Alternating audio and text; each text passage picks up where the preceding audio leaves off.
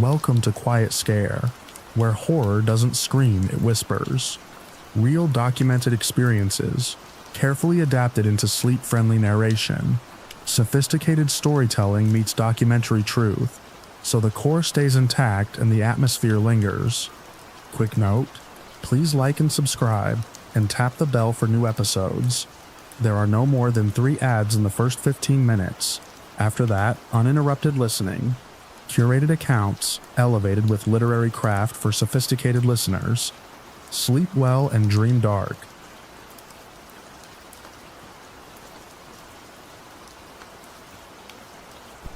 I don't believe in ghosts, not in the way most people talk about them, but something happened that night that I've never been able to explain, and I've never gone back to that cabin. We were deep in the woods, miles from the nearest paved road, staying in my father's family cabin. It was old, maybe a century if you counted the rough-hewn logs and hand-fitted joints, but it had stood through blizzards, storms, and decades of stories. A place built to last, they used to say. The kind of place where silence settles like dust. It was just after 2 a.m. when I woke up, not to a voice or footsteps, but to a single violent noise, a blow that seemed to shake the back of the cabin, like a battering ram hitting the wall. For a second, I thought a tree had fallen or maybe something massive had landed on the roof. Then I realized it had come from the pantry. I sat up and held my breath. A few seconds later, I heard shuffling in the hallway. My younger brother creeping out of his room, wide-eyed. He wasn't looking for attention. He looked like someone who had been ripped out of sleep by fear. Within a minute, everyone was awake. My parents, my 3 siblings, we were all standing in the hallway, murmuring the same thing. You heard that, right? Dad didn't say anything. He just walked into the main room, grabbed the splitting maul from the wall mount, and headed for the back. He didn't turn on the lights, just moved through the dark like he'd done this before. The rest of us followed, staying close, stepping softly. The pantry door was solid pine, reinforced years ago after a bear tried to claw its way in during a harsh winter. There was only one way in or out, and it was latched from the inside. Still was. The bolt was untouched. He lifted the curtain from the tiny window. The wood pile was there, undisturbed. The trees beyond leaned close in the dark, their limbs bare and motionless. No sign of anything out of place. But the smell in the room had changed. Something faint metallic, like old nails or wet rust. It wasn't strong, just wrong. We checked the whole cabin after that. Every door still bolted from the inside. Every window latched. No footprints in the dusted over snow beyond the porch. No marks on the walls or doors. Just that noise. That one deep, deliberate blow. It hadn't been an accident. We all felt that. We ended up back in the front room, gathered around the dying fire. Nobody wanted to say the word out loud, but the cabin had its own stories. Whispers of light seen from the trees, voices heard when no one was there, cold spots near the pantry even in July, stories we'd grown up hearing but never believed. That night, belief didn't matter. No one wanted to sleep. We stayed close, barely speaking, each of us listening for anything. Another thud, a creak, even footsteps, but nothing came. Just the low crackle of the fire and the sound of the wind rising through the trees outside. Eventually we returned to our rooms.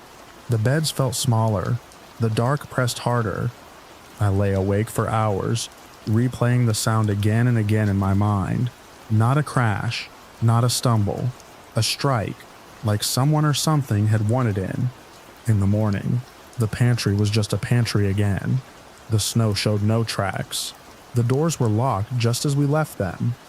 But something in the house had changed. It felt heavier, like the place had been reminded of something, or had reminded us. We only stayed one more night, but nothing happened again. Not exactly. Still, none of us forgot what we heard, and none of us have been back alone. Some places remember what you try to forget.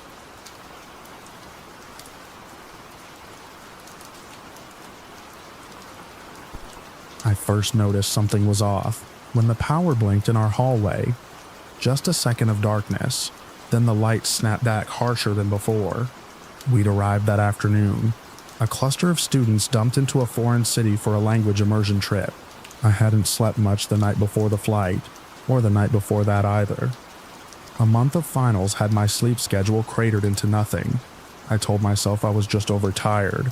Our hotel was older, built around a narrow central staircase with paper-thin walls and glass-paned doors to each room. I shared a third-floor double with Marcus, who passed out face down after dinner. The others were scattered across the second and third floors. One teacher had a single room downstairs near the reception. I stayed up. I told myself I was decompressing, scrolling with one hand while my other cradled a lukewarm bottle of water.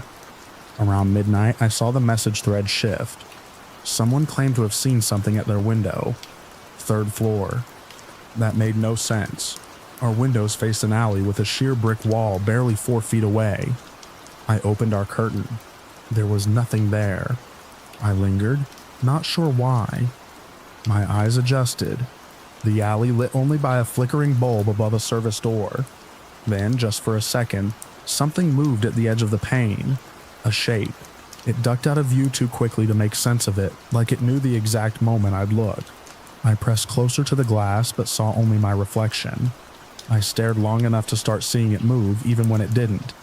A door slammed somewhere below. I jumped and backed away from the window.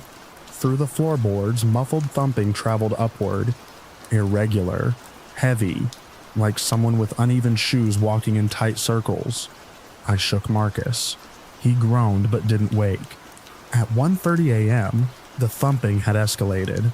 Now it was sharper, more rhythmic. I couldn't tell if it was coming from inside the building or from the alley. Every few minutes it would stop for a while, then restart, slightly louder. I gave up trying to sleep and went to check on someone else. I found Cam and Jenna down the hall, both awake, both whispering about something they'd seen in the stairwell. A figure pausing halfway down, unmoving for too long, then continuing silently. Cam had locked their door. We agreed to head downstairs together to find a teacher. I left a note for Marcus in case he woke up. On the second floor, we passed Anna's room. Her door was open. I'll never forget how she looked. She was kneeling on the floor just inside the threshold.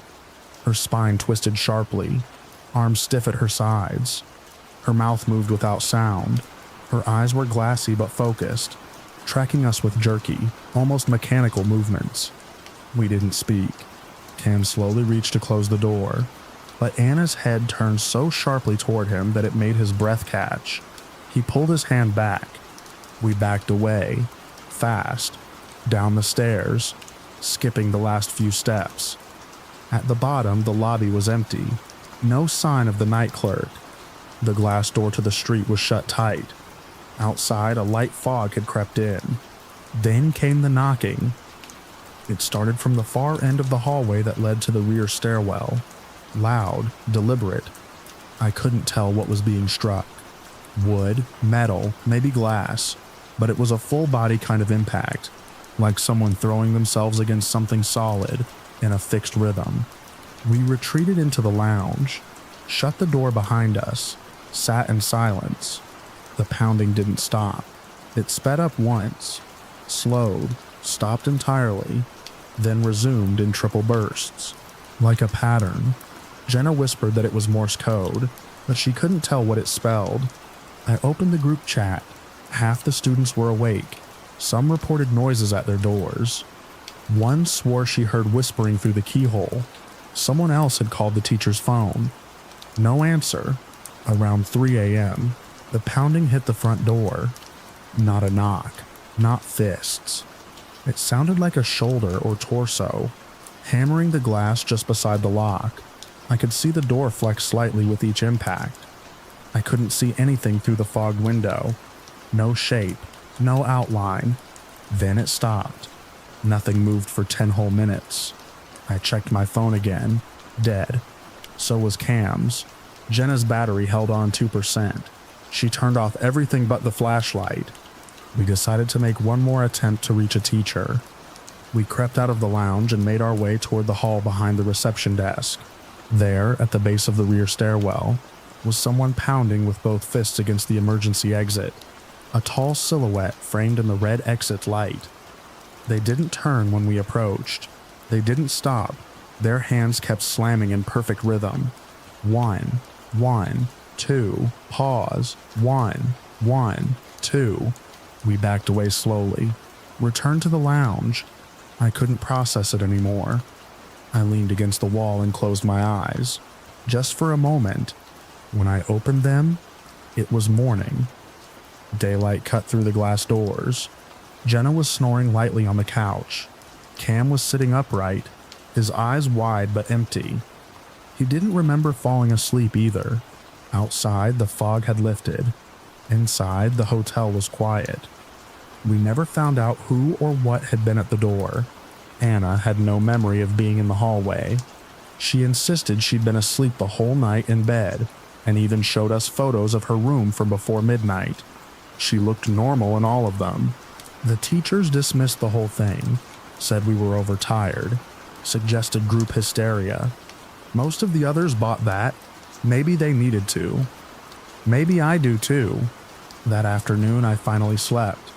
12 uninterrupted hours, deeper than I'd ever slept in my life, and I dreamed of nothing. Nothing at all.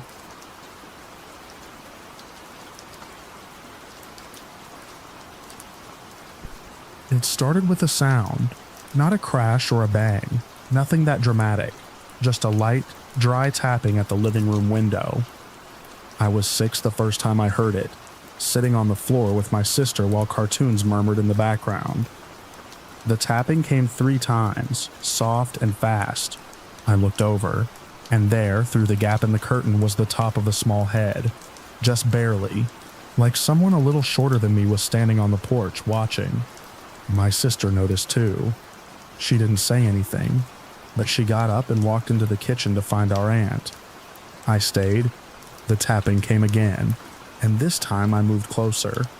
When I pulled the curtain aside, the porch was empty. It had rained earlier that morning, and the concrete was still damp, but there were no footprints, just leaves stuck to the wet steps. That wasn't the only time someone saw it. Over the next few weeks, our relatives visiting, leaving, coming through the front door would pause and ask if the neighbor kid had been over. One uncle even said he saw a little boy peeking in through the window while unloading groceries, except there was never anyone there when they checked.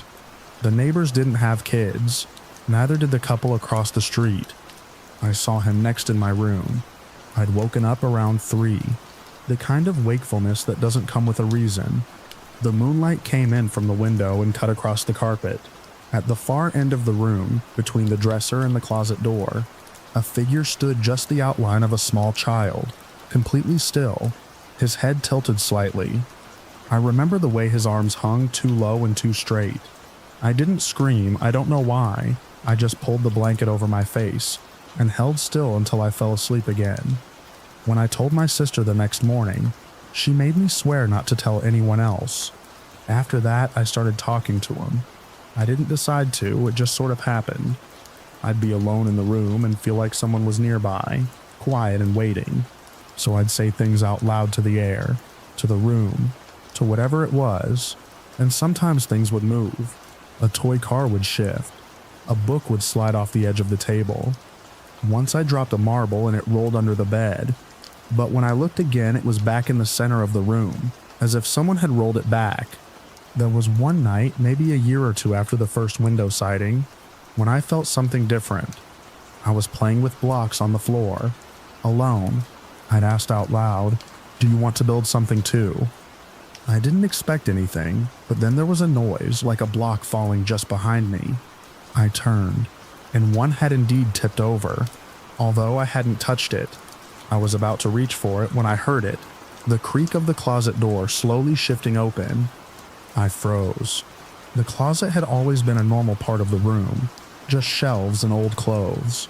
But that night it felt wrong. There was no breeze, no draft, but the door had moved, just a few inches.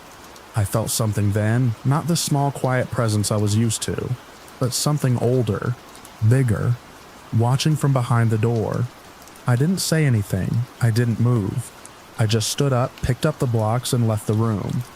After that, I avoided the closet at night. Even when the child presence was around, what I'd come to think of as him, I felt like that adult presence was always close behind, like a shadow standing just out of sight. We lived in that house until I was 11. Over the years, the feelings didn't go away, but I got used to them. The little glimpses, the movements, the sense of being watched, those became part of the house, just like the creaky stairs or the rust-stained sink in the upstairs bathroom. My sister and I would talk about it sometimes in whispers, but it stopped being scary. It just was, when we finally moved out. I remember walking through my room one last time.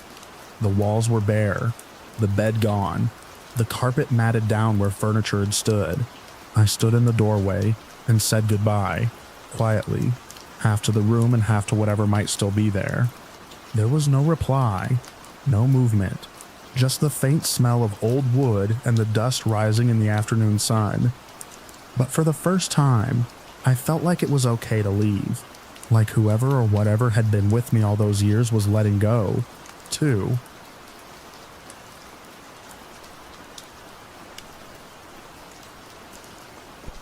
People think haunted means old plaster, slanted floors, and 100 winters of creaks.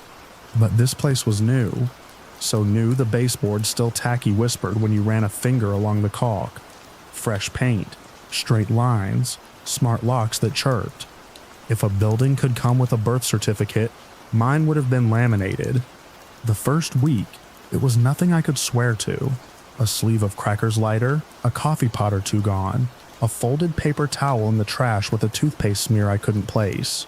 I'd just moved in. I was tired. I told myself I was counting wrong. Still, I started keeping a mental tally. How many bananas in the fruit bowl? How far the olive oil cap turned before it met resistance? 2 nights later, around that hour when the whole city is a held breath, I woke to a scraping sound. Faint, careful, like someone using the edge of a plastic lid against metal. The noise rose, paused, tried again. I lay still and measured my breathing against it. When it stopped, I got up and did the rounds. Deadbolt, window latches, the balcony slider, everything locked and flush. It was January cold, the glass giving off a metallic bite. New building settling. I whispered, that's what people say to themselves to keep from saying the other thing. My cousin was crashing on the couch for a few days while he looked for a place nearby. He's practical, broad-shouldered from warehouse work. Exactly the sort of presence that should make a place feel anchored. In the morning, he lifted an empty protein shake bottle from the recycling, turned it, and gave me a look. Neither of us had finished it. He didn't say anything. He didn't have to. I added it to the list with the missing banana and the olive oil crystallized around the cap. There was a sealed developer space behind the laundry closet, what the property manager had breezed past on the tour. Blocked until final utilities, she'd said, and smiled as if that explained a thin painted-over rectangle in my wall. Above the dryer, a small access panel for shutoff valves. Around it, a larger seam, the kind of thing you don't see unless you start looking for seams. That night, the scrape returned, longer now, with listening silences tucked between attempts. I stood barefoot in the hallway, the cold coming like a draft from under the laundry door. I pressed my ear to the wood and tapped once. Light. The sound stopped. The quiet was louder than the scrape.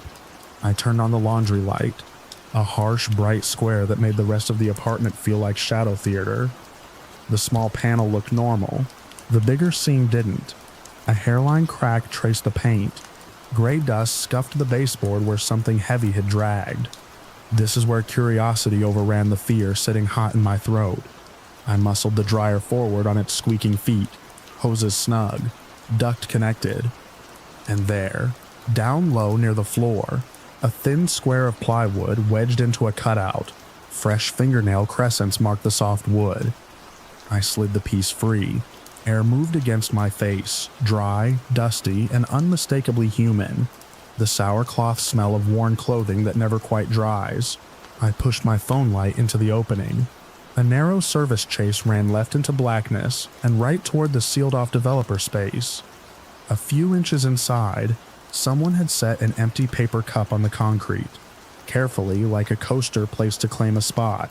Pale smears patterned the dust. Knee, palm, heel. I replaced the board and woke my cousin.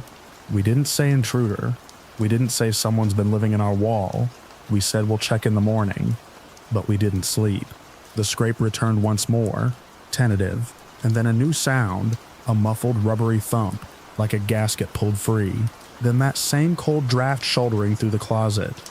At first light we moved the dryer again, less delicately than before. The plywood was skewed, the cutout gaped wider, but the real shock was above, the larger painted seam. Once a suggestion was now an outline you could fit your fingers into. The rectangle had been pried. Not much, but enough. Enough that if you were stronger than the wood screws and patient with the leverage, you could open it. We looked at each other. No ceremony now. I slid the rectangle aside. Beyond.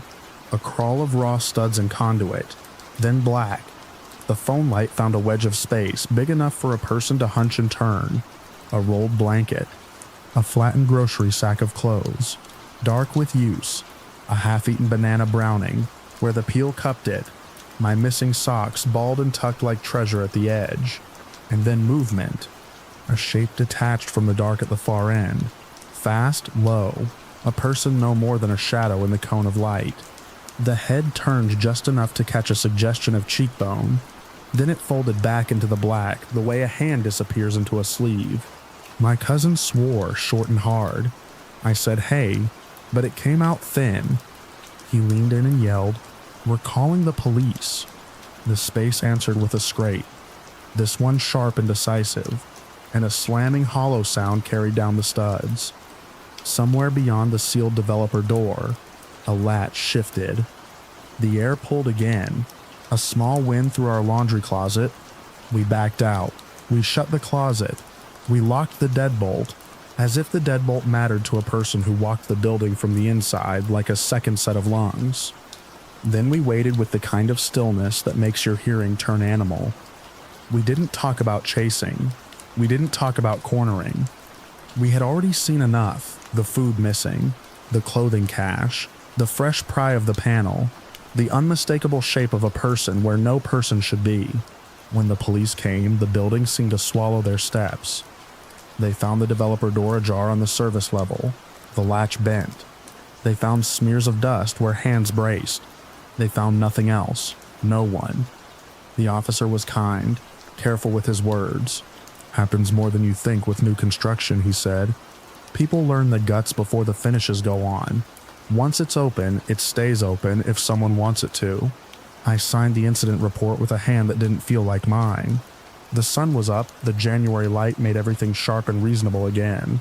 It did not change the fact that our building breathed air, moving where walls should have been, a person reshaping the boundary between in here and out there.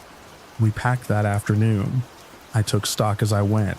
The small tally I'd been keeping resolved now into inventory, the crackers, the coffee pods, the socks, the banana, the olive oil, the folded paper towel with someone else's routine in it. My cousin hauled the last box to the car while I stood in the laundry closet one final time, the rectangle screwed back, paint touched up by maintenance, edges neat. If you're looking for rattling chains or a face in a mirror, this isn't that kind of haunting. This is the true kind, where your space learns a second use without your permission, and the walls turn out to be doors for someone stronger, hungrier, more patient than you. I didn't leave because I believed in ghosts. I left because I had seen the shape of a person inside the building's bones, and learned that new doesn't mean sealed, and home doesn't mean yours when someone else knows how to open it from the other side. We drove away before dark. The building receded in the rear view, clean lines and fresh paint catching the winter sun. Unforgettable because now I know. Even brand new places can be haunted by the living.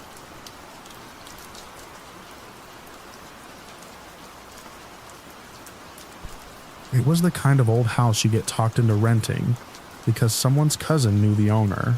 Cheap charming in a way that meant creaky floors and odd smells, and just remote enough to feel like a good deal. My roommate Jordan and I moved in early fall. The leaves were still clinging to their color, and the nights were just starting to carry that brittle edge. The attic, or more accurately the ceiling space, had only one way in, a square cutout above the hallway with a brittle pull-string ladder. I checked it when we first moved in. Dust, some insulation, no stored junk, no signs of pests, and more importantly, no alternate access. The hatch could only be opened from the hallway. That detail would matter later. It started with the footsteps. At night, almost always after 10. Slow, deliberate pacing. Heavy enough to be unmistakable. Light enough not to be stomping. At first, I thought it might be the house settling or raccoons. But raccoons don't walk in perfect lines. Back and forth above your head. I would stand beneath the hatch, listening, count out the steps without meaning to. Jordan heard them too, though he was quick to shrug it off. "It's an old house," he kept saying, like it explained anything. By the third week, things started moving. I'd find the coffee table books rotated or nudged a few inches from where I left them. One night I set my keys on the kitchen counter, turned to grab a glass from the cabinet, and heard the faint scrape behind me. Turned back. They were on the floor, not fallen. Placed, I remember, because they were lined up end to end, like someone had been inspecting them. I told my friend Marla about it. She worked nights at a nearby gas station and was used to odd hours, so she offered to swing by late and keep me company. That first night she was over. We sat in the living room around midnight, all lights on, pretending to scroll our phones while really just listening. And sure enough, the footsteps started soft overhead, dragging slightly. Marla looked up, then at me. "That's not raccoons," she said. We both knew it. We pulled the ladder down and climbed up. Nothing. Just a void of dust and beams and still air that hadn't moved in years. I even sprinkled flour across the boards up there. The next night, footsteps again. Same pace, same track. I checked the flour, undisturbed. I started talking to it. Not in some ritual or chant, just plain talk. "Who are you? What do you want? Why this house?" I tried different times, different tones. Polite, firm, frustrated. Nothing ever came back. No change in pattern. No sudden crash or gust of wind. Just silence and eventually footsteps again. One night, after weeks of this, I stayed up alone. Jordan was out. Marla had gone home.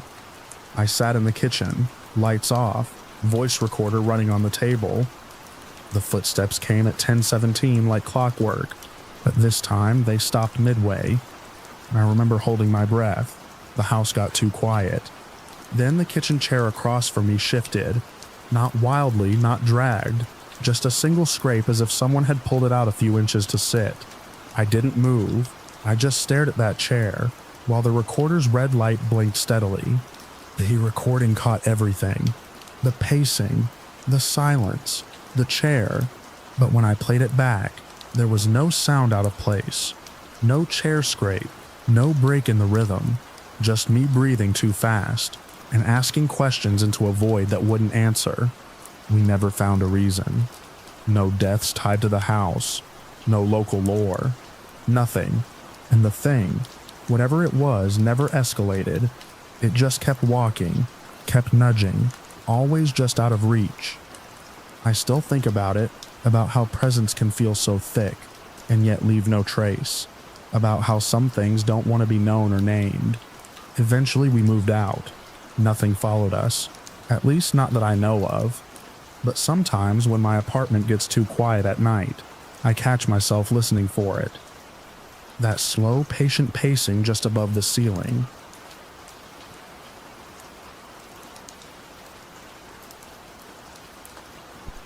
It always started the same way. I'd be standing in my childhood bedroom, everything laid out just how it had been when I was 10. The peeling glow-in-the-dark stars on the ceiling, the warped closet door that never quite shut, the heavy silence that pressed down from above like the air was too thick. I'd look up and feel it, an attention that didn't belong to me. It came from the square crawlspace hatch above my bed, the one that hadn't been opened in years. It wasn't just in the dreams. That feeling of something up there watching bled into waking life too. I'd wake up with my heart pounding, the shape of the dream already slipping, but the sense of dread still gripping my spine. I told myself it was nothing. I even pushed a dresser under the crawl space and climbed up once in broad daylight, opening the hatch. Just dust, old insulation, no sign of anything strange. But the dreams came anyway. Each time, the room in the dream changed slightly. Sometimes my bed was in the wrong corner. Sometimes the wallpaper was gone, leaving stained plaster beneath. But the hatch was always there, and it always pulsed with that presence. I never saw a face or heard a voice, just the heaviness of a tension, thick and wrong. It got so I stopped sleeping properly. I'd jolt awake gasping, like I'd been underwater. The worst night began differently.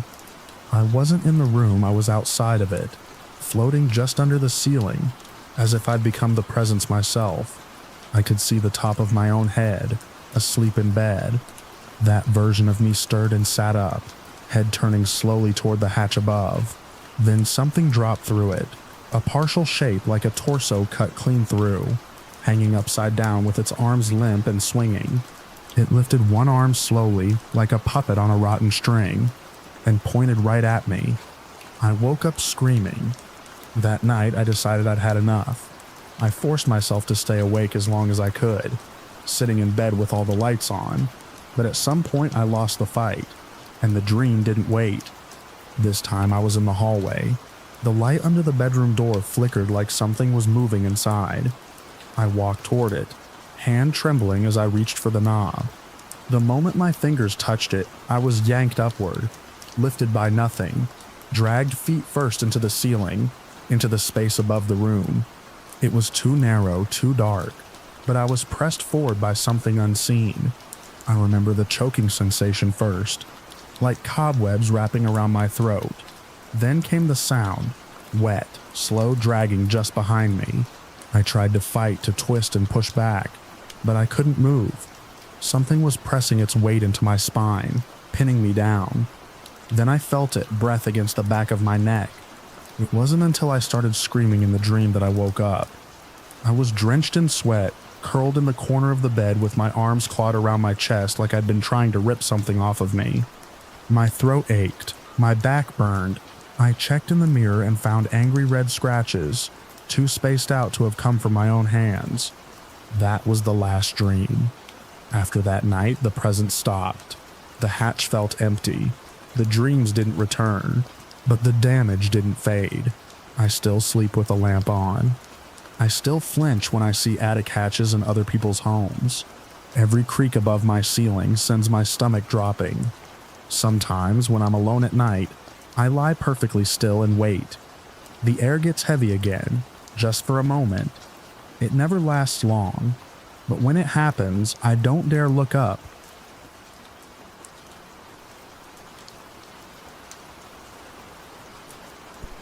It was the kind of night that makes buildings like that feel alive. No wind, no stars, just stillness pressing in from all sides. We'd picked the place on purpose. An abandoned training hospital, mostly stripped, rumored by locals to be heavy with stories, but never officially haunted. That's what drew me in. I don't chase myths, I chase anomalies. Things that make machines stutter or rooms swallow sound. We slipped in through a breach near the service wing, ducking under half-fallen fencing. Jules had heard something on a previous visit, just faint tapping, nothing more. That's what got me interested. I brought the mic array and spectral analyzer. I wanted to see if the building remembered something it wasn't supposed to. The atrium was colder than it should have been. Aaron pointed it out, rubbing his hands, but I was focused on acoustics. Dead air in there, not even echo. I logged it, not surprised. Hospitals are built to absorb sound. We headed down first into the sub-basement to get a baseline. For an hour, nothing. Just concrete silence and long stretches of hallway that swallowed flashlight beams. But back on the third floor, things started to fray. It began with a wall. At first glance, just water damage, or aging paint. But as we stared, it felt off. Your eyes didn't want to stay on it, like something layered beneath was pushing forward, distorting the surface just enough to feel wrong. I ran the parabolic mic across it. Static. Then a crack. Not from the wall, from above. A short, deafening concussive burst like metal slammed against stone in a tight room. We jumped. Aaron nearly dropped his light. The sound had no tail, no echo, just a brutal pop and then nothing. We stood frozen. Even Jules, who doesn't spook easily, went pale. I checked the display. No spikes. No signatures.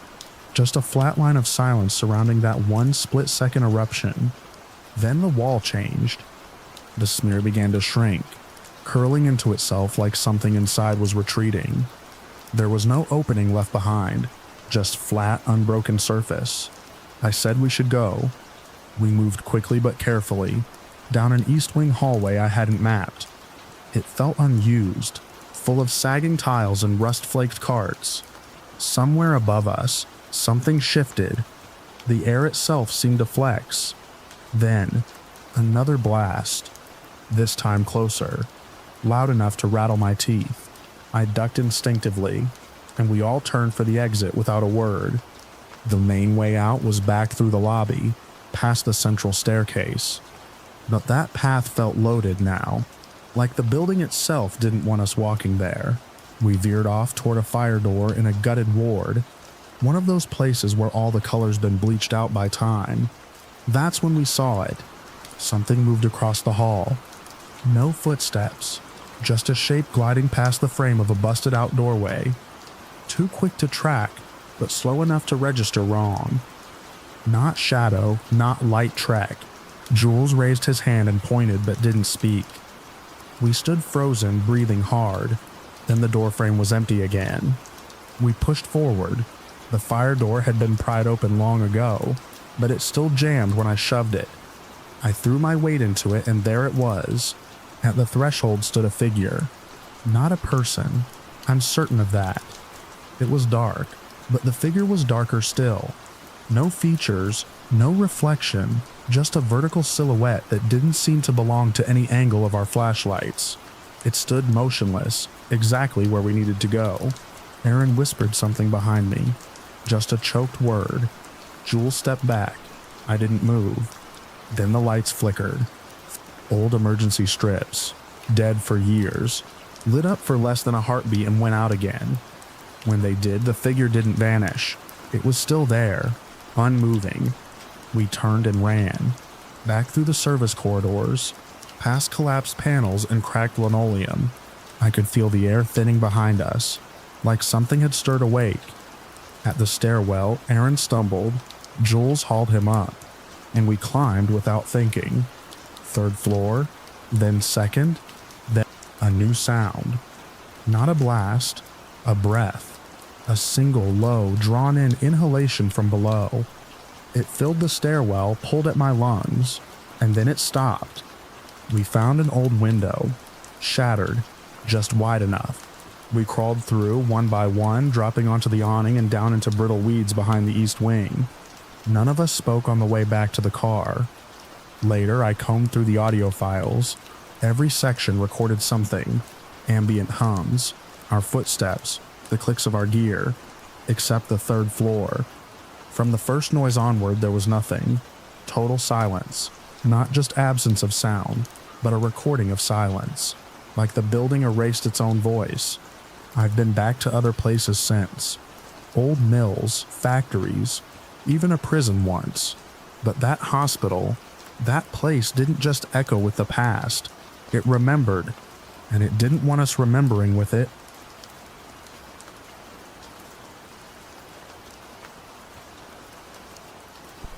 I always had a habit of turning off unused lights around the house, an old instinct from growing up with my dad's constant reminders about the power bill. That night around 11 p.m. I was doing a last sweep before bed. The house was quiet. My sister was out and our parents were on a trip, so I was alone. I went down the hallway toward the back rooms and flicked off the light to the storage nook near the laundry room. It's a tiny cubby barely wide enough for a rolling cart and some shelves, but it always made the hallway feel too long when it was lit and empty. I turned the knob on the wall and walked away. 3 steps down the hallway, just past the edge of the kitchen tile, I heard it clear as anything. "Hey, can you leave that on?" It was my sister's voice, soft but distinct, just the way she'd ask when she was grabbing laundry or looking for something. I stopped mid-step. My hand hovered over the counter, like I'd forgotten what I was doing. Then, without thinking, I turned back and switched the light on. I didn't even pause to question it. It felt automatic, like muscle memory responding to her tone. But as I turned back down the hallway, something began to tug at me slowly and steadily, like a rope tightening. She wasn't home. I pulled out my phone and checked. She'd texted me earlier, a selfie from a restaurant across town with friends. Timestamped less than 10 minutes before. There was no way she'd gotten back that fast, let alone without me hearing the door. My stomach tightened in a slow, steady twist. I called her. She picked up on the second ring, still laughing at something in the background. I asked her where she was, trying to sound casual. Maybe too casual. She told me the name of the place again, added that she might stay the night at her friend's if it got late. I didn't mention the voice. I just said okay, have fun, and hung up. The hallway light was still on. I stood there staring at it, not daring to move. I replayed it over and over, how natural it had sounded, how little I'd questioned it. My sister's voice wasn't just close, it was exact. The slight upward inflection at the end, the casual pace, even the faint rasp she gets when she's tired. It had known her voice, it had used her voice. I didn't sleep that night. I left every light on in the house and stayed in the living room with a baseball bat and a weighted blanket across my lap like armor. Nothing else happened, but I kept turning toward the hallway, waiting for something to shift. I kept thinking about how casually it had spoken, how familiar it had sounded, and how easily I had obeyed it. I didn't tell anyone for days. I kept trying to explain it away. Maybe I was tired, maybe I'd imagined it, but the memory stayed too sharp, too specific, not like a dream at all. And the worst part wasn't the voice itself. It was how normal it had felt to listen to it.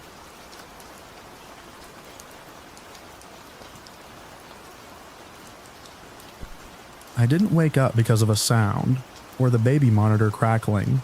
I woke up because something shook me hard. One shoulder gripped and jolted, not once but twice, like someone trying to snap me out of a nightmare. I gasped and sat up, heart already hammering, confused and disoriented. My husband's side of the bed was empty. He was on night shift again. I reached over, expecting to find a blanket twisted up, maybe the dog, but there was nothing, just a cold, flat stretch of sheet. Then the silence hit me. Not quiet. Silence. The kind that presses on your ears. And in that vacuum, I knew what was wrong. The baby monitor was on. Green light steady. But it wasn't picking up anything. No rustling. No breathing. No breathing. I flew out of bed barefoot. Didn't care what I stepped on. Just tore down the hall to the nursery. The door was cracked open just like I'd left it, and the nightlight spilled its soft blue haze across the crib. He was there, still, and too still, lips slightly parted but his chest wasn't moving. I didn't scream. I don't think I even breathed. I grabbed him and shook gently, then harder. His head lolled before I remembered the advice. Back flick, foot pat. I flipped him over. One slap, two, then a choking gasp, then a cry. His arms stiffened and jerked. His little face bloomed red with effort.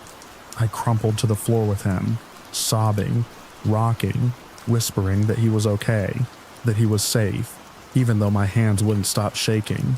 I didn't move from that spot until dawn started bleeding into the sky outside. After that night, I couldn't sleep properly. I kept the monitor volume up high. We even bought a motion sensor mat for the crib. But the night terrors weren't over. It started with the elephant. It was one of those plastic push-button toys, shaped like a circus elephant.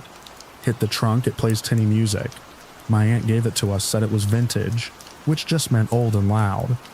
We kept it off, stowed in the bottom of the toy chest with the batteries removed. Yet twice, sometimes 3 times a week, that awful jingle would play in the dead of night. Always the same tune. always from the nursery. At first I thought it was a neighbor's toy bleeding through the walls. Then I went in one night while it was playing. The elephant sat in the middle of the floor, rocking slightly as if just nudged. No one else was home. Then came the animals. Our cat Mischief used to sleep on the windowsill in the nursery. After that first night, she stopped crossing the threshold. She'd sit outside the door, tail twitching, staring into the room with that locked-on predator focus. Our dog Murphy followed suit, ears pinned, growling low in his throat at what looked like empty space. We tried everything: cleansing sprays, sleep consultants, even a friend of a friend who called herself a spiritual hygienist. She walked the house with a bowl of smoking herbs, muttering under her breath, but none of it made a dent. What did change things quietly, subtly, was my shift in perspective. One night, a few weeks after the elephant started playing on its own, I walked past the nursery door and paused. The monitor hadn't gone off. The baby wasn't fussing, but something pulled me there. I peeked in. And the mobile above the crib was spinning gently, even though the windows were shut and the fan was off. My son was asleep, face peaceful, his chest rising and falling in the rhythm. I now checked like clockwork. Then, behind me on the baby monitor receiver in the hallway, I heard the static pop once, then a click, then silence. I didn't feel afraid, just watched him sleep. That's when I let the idea settle, the one I'd pushed away since the shaking woke me that first night. Something was watching over him. I couldn't prove it.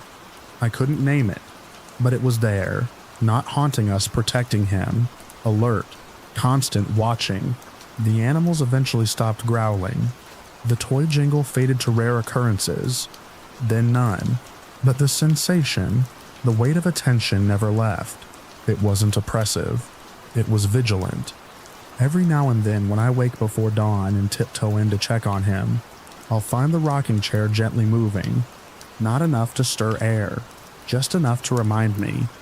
Something is still here, and whatever it is, it's not letting him go without a fight.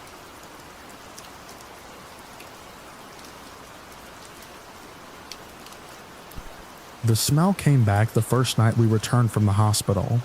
Not sharp like rot, but sour and old, like mold hidden behind walls, or something long wet left to dry.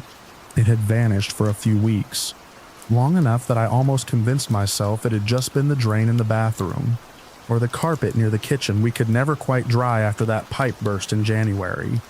But that night, walking into the living room with the baby still sleeping in his carrier, I felt it hit the back of my throat. And the cold. A different cold. Not from the weather, though. The outside air was sharp, but a chill that crawled up from the floorboards. I looked at the thermostat. Still set to 71. Still humming. I didn't say anything to Aaron when he carried in the diaper bag. Just watched his face when he stepped over the threshold.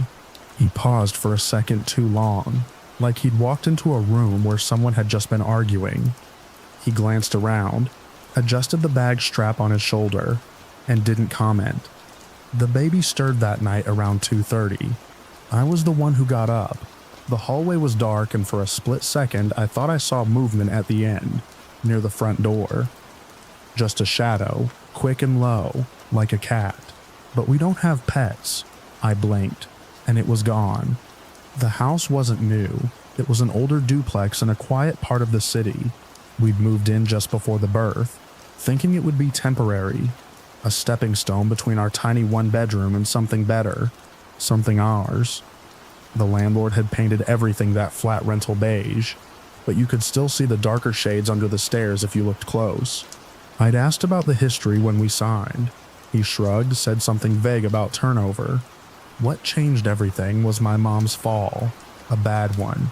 Her hip broke, and there was no question we had to take her in. She moved into the downstairs bedroom in early March. That's when things really started. First were the drafts. Cold air that seeped in from no visible source. You'd be sitting at the table and suddenly your ankles felt like they were dipped in ice water. My mom complained constantly. She said she heard whispering at night, low and wet, like someone talking into a glass. We chalked it up to the medication.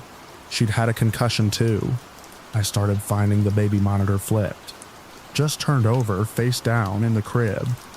I assumed I was doing it half asleep. Aaron said it was probably the baby kicking it, but he wasn't rolling yet. One night, just after midnight, I stepped out back to take the trash down the stairs. It was raining lightly, and the wooden steps were slick. I slipped 2 from the bottom and hit the concrete hard. I remember the sharp crack of my wrist before the pain. For a moment, I couldn't breathe. When I looked up, the back porch light flickered, then went out. The door slammed shut behind me. I couldn't get it open. The knob turned, but the latch wouldn't budge. I called for Aaron, but my voice felt swallowed by the air. It took nearly 20 minutes for him to hear me through the window and come around. He said the door opened right away when he tried. I held my arm against my chest and told him not to leave it unlocked again. But I'd unlocked it myself on the way out. After that, I started keeping track. Small notes in a journal. Times, temperatures, smells. When my mom said she saw someone standing in her doorway, I marked it. When I found the baby's pacifier frozen solid one morning, frozen inside the house, I noted the date. The pediatrician said the baby's sleep issues were normal, but he'd started waking in terror, stiff and silent, eyes darting like he couldn't find the edge of the room. Not crying, just awake, watching. The tension between me and Aaron grew sharp. He wanted to move, said it wasn't worth it, even if we broke the lease. I couldn't imagine doing that to my mom. She needed care. The house was already adapted for her chair. Moving again meant another upheaval. But the longer she stayed, the worse it got. I found scratches under her bed, deep ones, parallel etched into the wood floor beneath the frame. She hadn't moved the bed, couldn't have. I showed Aaron. He didn't say anything for a long while. Then he said, quietly, that we should just wait it out, that her PT was improving, that maybe by summer she'd be strong enough to go back to her place. She passed in late June, peacefully, in her sleep. The coroner said it was her heart. Nothing unexpected, but that night the house was so quiet I couldn't sleep. I waited for the smell to return, waited for the cold. Nothing came. The baby slept 6 hours straight for the first time. Aaron stayed up late that night checking the locks. He didn't say why. The next morning he made coffee before I got up. He was whistling in the kitchen. The thermostat held steady. The light in the stairwell no longer flickered. In the weeks that followed, there were no more sounds, no more cold drafts. The baby monitor stayed upright. I tossed the notebook. Aaron asked if I ever wanted to talk about it. I told him no, that it was just stress, the transition, the grief. But I still flinch when the air goes still, and sometimes I find myself holding my breath at the bottom of the stairs, waiting for something to change again.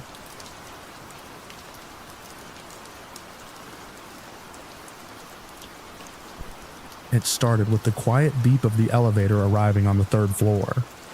I'd taken the stairs up like I always did, mostly out of habit. Hospitals make me jittery. Something about their stillness, how life and death share the same sterile corridors. That day, though, the air had a different weight to it, like someone had just whispered something I hadn't quite caught. My mother was in recovery, post-op, and I was visiting during the day while my brother handled the night shifts. I liked to be there before lunch, when the halls were full of movement and the nurses were less tense. Her room was 317, just a few doors down from the elevators. I'd stopped earlier at the small lounge near the nurses' station for a coffee that tasted faintly of burnt plastic, and that's where I'd run into Harold. He was sitting by the window, staring out like he was waiting for something or someone. I knew him from the waiting area. His daughter was in the same ward. He was the kind of man who always had a kind word, a dry joke, and the exhausted courtesy of someone who'd spent too many days in too many hospitals. He looked up as I passed and we exchanged a few words. I don't remember exactly what he said. Something about the weather, sunlight fighting through overcast skies, a day too bright to match the mood inside. I remember him standing up, patting his coat like he'd misplaced something. Then he nodded to me, half distracted, and wandered toward the vending machines. I figured I'd see him again when I came back through. But as I reached the elevators to head up another floor, I'd left my book in the family lounge. I saw a man step out as the doors parted. He looked around puzzled and asked, "Do you know what all that commotion is near 317? Something's wrong down there." I didn't recognize him, but the look in his eyes unsettled me. Half worried, half confused, like he was seeing the scene from a step behind time. I brushed past him, instinct taking over, and hurried down the hall. At first, everything looked normal. Then I saw the nurse sprinting. Not fast like in emergencies. Faster. Panicked. She turned sharply into 319, and by the time I reached the door, 2 more nurses were already inside. Someone was crying. That low, wordless kind of sound that tells you everything at once. I lingered in the hallway, unsure whether to step in or back away.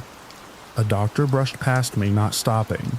I couldn't see much, just a bare foot angled unnaturally, just beyond the curtain, and a tray of unused instruments. I looked back toward the elevator. Empty. No sign of the man who'd just exited. I stayed there until the hallway cleared. The crying had stopped, but a nurse was still sitting outside the door, wiping her face with her sleeve. I asked who it was, hesitating even as I said the words. "Harold Meyer," she told me. My stomach dropped. "That can't be right," I said. "I just spoke to him 10 minutes ago. He was sitting by the lounge." She blinked at me, like she couldn't decide if I was joking. "No," she said slowly. "He collapsed during rounds earlier this morning. We tried everything. He never regained consciousness." I stood there, staring at her. I hadn't imagined the conversation. His coat had a rip near the pocket. I'd noticed it when he patted himself down. There'd been a candy wrapper on the floor near his chair. The coffee machine had beeped when he walked past. I went back to the lounge. The wrapper was gone. His seat was empty. Nobody else remembered seeing him there. I didn't say anything to my mother. She was too tired to notice how quiet I'd become. But I stopped taking the stairs after that.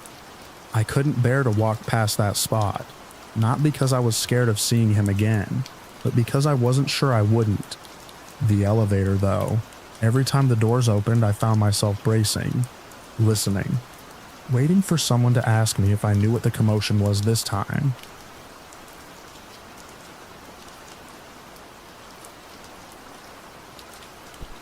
I was 6 the first time I told my parents about it, though at the time I had no idea what I was really saying. We were sitting around the old oak table in my grandparents' kitchen, the same one that had stood there since the 70s, worn smooth at the corners by generations of elbows and cereal bowls. I remember it was broad daylight, mid-afternoon. Sunlight spilled through the sliding glass door, making little rainbows on the floor where it hit the beveled glass. That's when I said something that made both my parents stop cold. I told them about the red plaid shirt my dad had worn that day. I told them how he'd stood near the hallway, arms crossed, right foot angled on its side, his expression tight like he was waiting for someone to finish what they were saying. I even told them how the sleeves were rolled to the elbow, one higher than the other, like he'd done it in a hurry. I mentioned the soft hiss of the kettle on the stove, the faint smell of pine from the plug-in air freshener. I spoke like someone recalling something they'd witnessed just the week before. But here's the thing. I wasn't alive then. Not yet. Not even close. My mother blinked at me for a long time, then smiled in that gentle, uncertain way parents do when they think their child is making things up. But my father's face went still. He looked at me, then at my mother, and slowly leaned back in his chair. That shirt, that exact one. He hadn't owned it in nearly 30 years. He'd bought it for Christmas in '83, when he and my mom had only been dating a few months. He used to wear it whenever he visited her parents' place because he thought it made him look less like a metalhead, his words. That was the day he asked her father if he could marry her. There were no photos from that visit, no video, no surviving home footage of any kind. I know because I spent the next 2 decades trying to find one. At first, I didn't think much of it. Kids say strange things all the time. But I wasn't a fanciful kid. If anything, I was painfully logical, always asking how things worked. always demanding proof. I would spend hours at the library reading science books and encyclopedias, lining up facts like little soldiers. By the time I was a teenager, I'd chalked the whole thing up to some odd coincidence. Maybe I'd overheard someone mention it. Maybe my brain had constructed a memory out of scattered sensory input. Then I found myself thinking about it again in college, late one night in the dorms. After a class on consciousness and memory, the professor had explained how memories aren't recordings, they're reconstructions. That each time we recall something, we're essentially rewriting it. That should have made me feel better. It didn't. I started digging. My grandparents' home was still standing then, still holding its breath under the weight of old time. I returned there the summer after I graduated. The same curtains were in the windows, though they were thinner now, and the scent of pine had been replaced by something drier. Dust, paper, and old air. I walked through the kitchen, down the hallway. I stood in the exact place I'd described from that memory. I could still see it. My father leaning there, plaid shirt wrinkled at the cuff, the late afternoon light just catching his shoulder. The kitchen was bright again, just like it had been that day, except it shouldn't have been my memory. I wasn't born for another 4 years. When I asked my father about it again, he was quiet. He didn't try to joke or dismiss it. He confirmed everything, down to the rolled sleeves and the look on his face. He said he'd been nervous. My grandfather hadn't liked him at first. That day, he'd stood there listening while my mother made the case for him, and all of it, every detail matched what I had described years ago, before I could have possibly known it. So I did what any obsessive skeptic would do. I hunted. I combed through every family VHS tape, every photo album, every shoebox of curled-edge prints. Nothing. I called relatives. I posted in forums. I asked my mother if maybe someone had told me about it as a child. Maybe in passing. She swore no one ever had. There's no record of it, no logical way I could have seen it. And yet the memory remains vivid, sensory, anchored in my mind like any other real event. I've turned it over 1,000 times, each rotation stripping away a little more of my certainty. I tell myself there has to be a rational explanation. That's what I do. That's what I believe. But when I stand in that hallway, when I feel the air shift in that old house, when the light hits just so, and I remember a version of my father who didn't know I would one day exist, I can't help but wonder. It feels less like something I remembered, and more like something that remembered me first.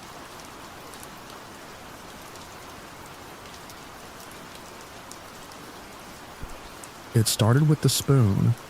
I was 11 when my family moved into that beige rental near the edge of town, 3rd floor unit, one rickety balcony, and a crooked laminate countertop that felt sticky no matter how many times my mom wiped it. We didn't expect much.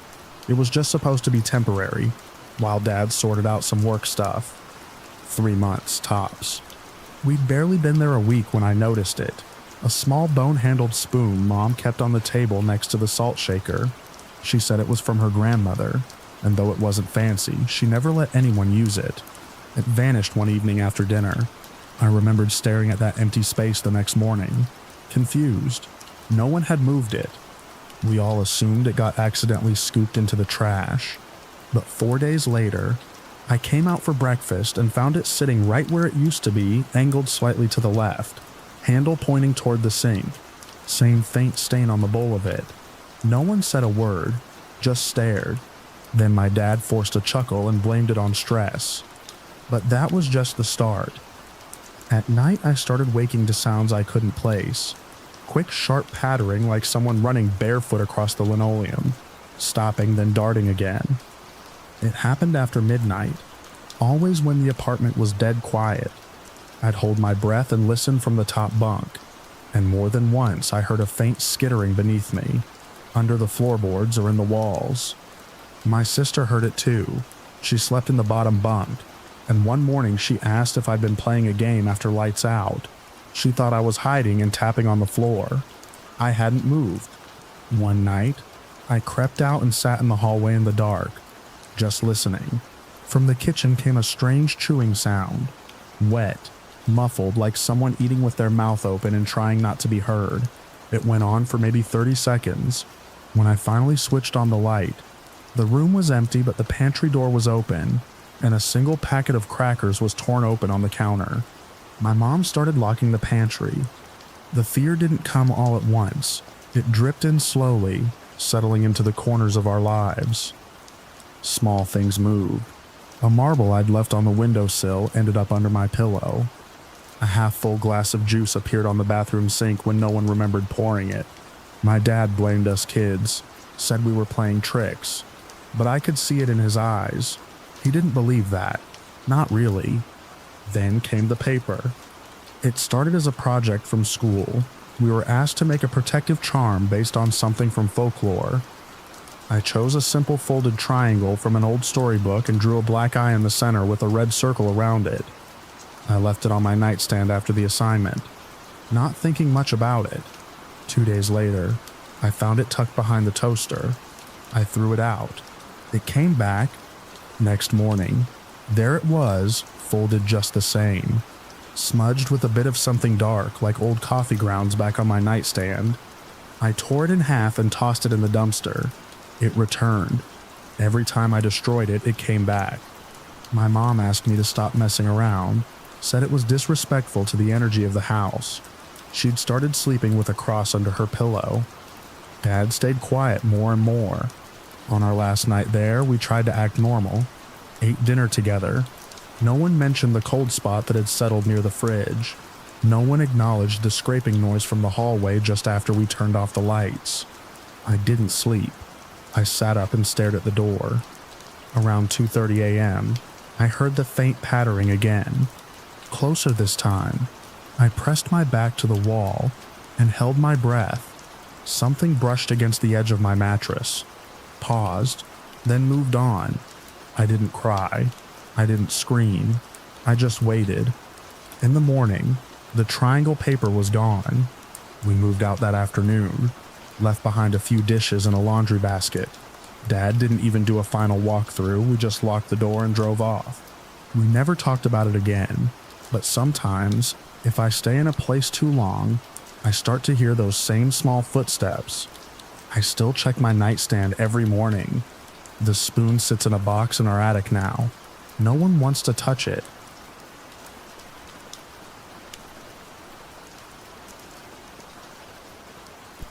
I woke up with my hand pressed flat against the wall.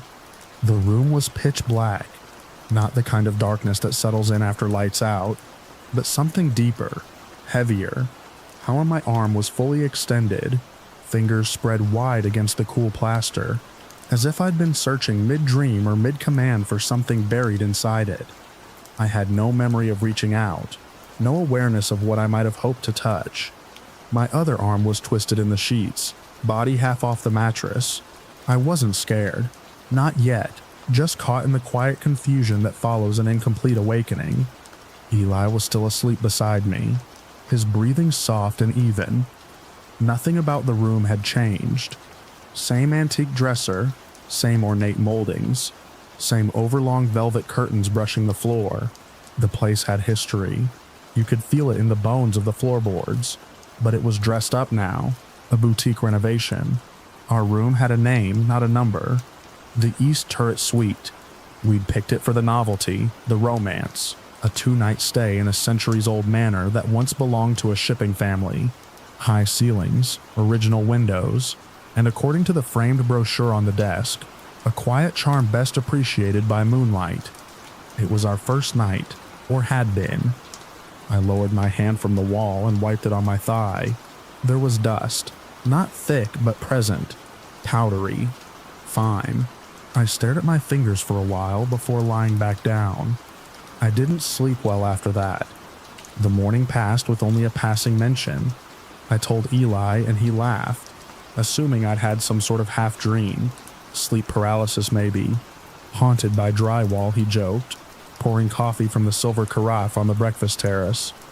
I let it go, but the second night changed things.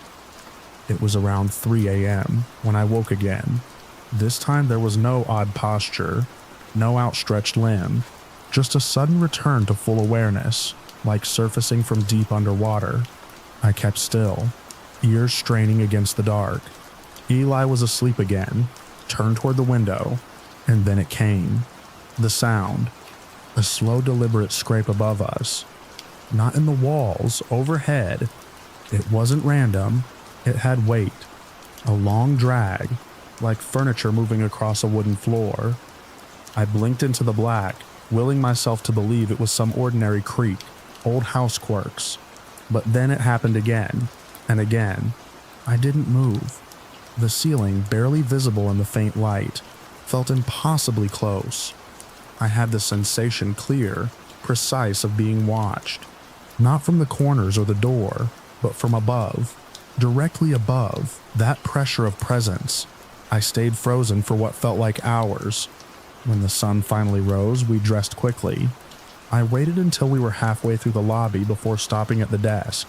A different woman was on shift, mid-50s, polite but efficient. "Is anyone staying in the room above ours?" I asked. She tapped on the keyboard. "You're on the top floor," she said with a smile. "And the attic?" Her smile faltered just slightly. "That's sealed," she said. "Used for storage during the renovation, but not anymore. No one's been up there in years." Eli said nothing until we were outside. That night, we stayed anyway. We'd already paid. Logic over fear. I wish we hadn't. The scraping returned just after 3. Louder, closer, then a pause, followed by a new sound, softer but worse. A shuffling, directly above the bed, like someone adjusting their weight. I reached out and shook Eli. He woke immediately, listening. He whispered, "I feel like someone's in the room." We turned on the light, empty of course, but the sense didn't go away. We sat up for the rest of the night, backs against the headboard. Neither of us wanted to speak. We just waited for the dawn. We left before checkout. No goodbye, no breakfast. I didn't care about the cancellation policy. 2 days later, after we were home, I unpacked my bag and found a smear of the same pale dust on the inside lining. I hadn't worn that jacket the second night, and I still don't remember moving that first night. I don't know what part of me decided to reach for that wall, but I think something else did. Something that lives just above the ceiling of a room no one uses anymore. That place wasn't quiet. It was waiting.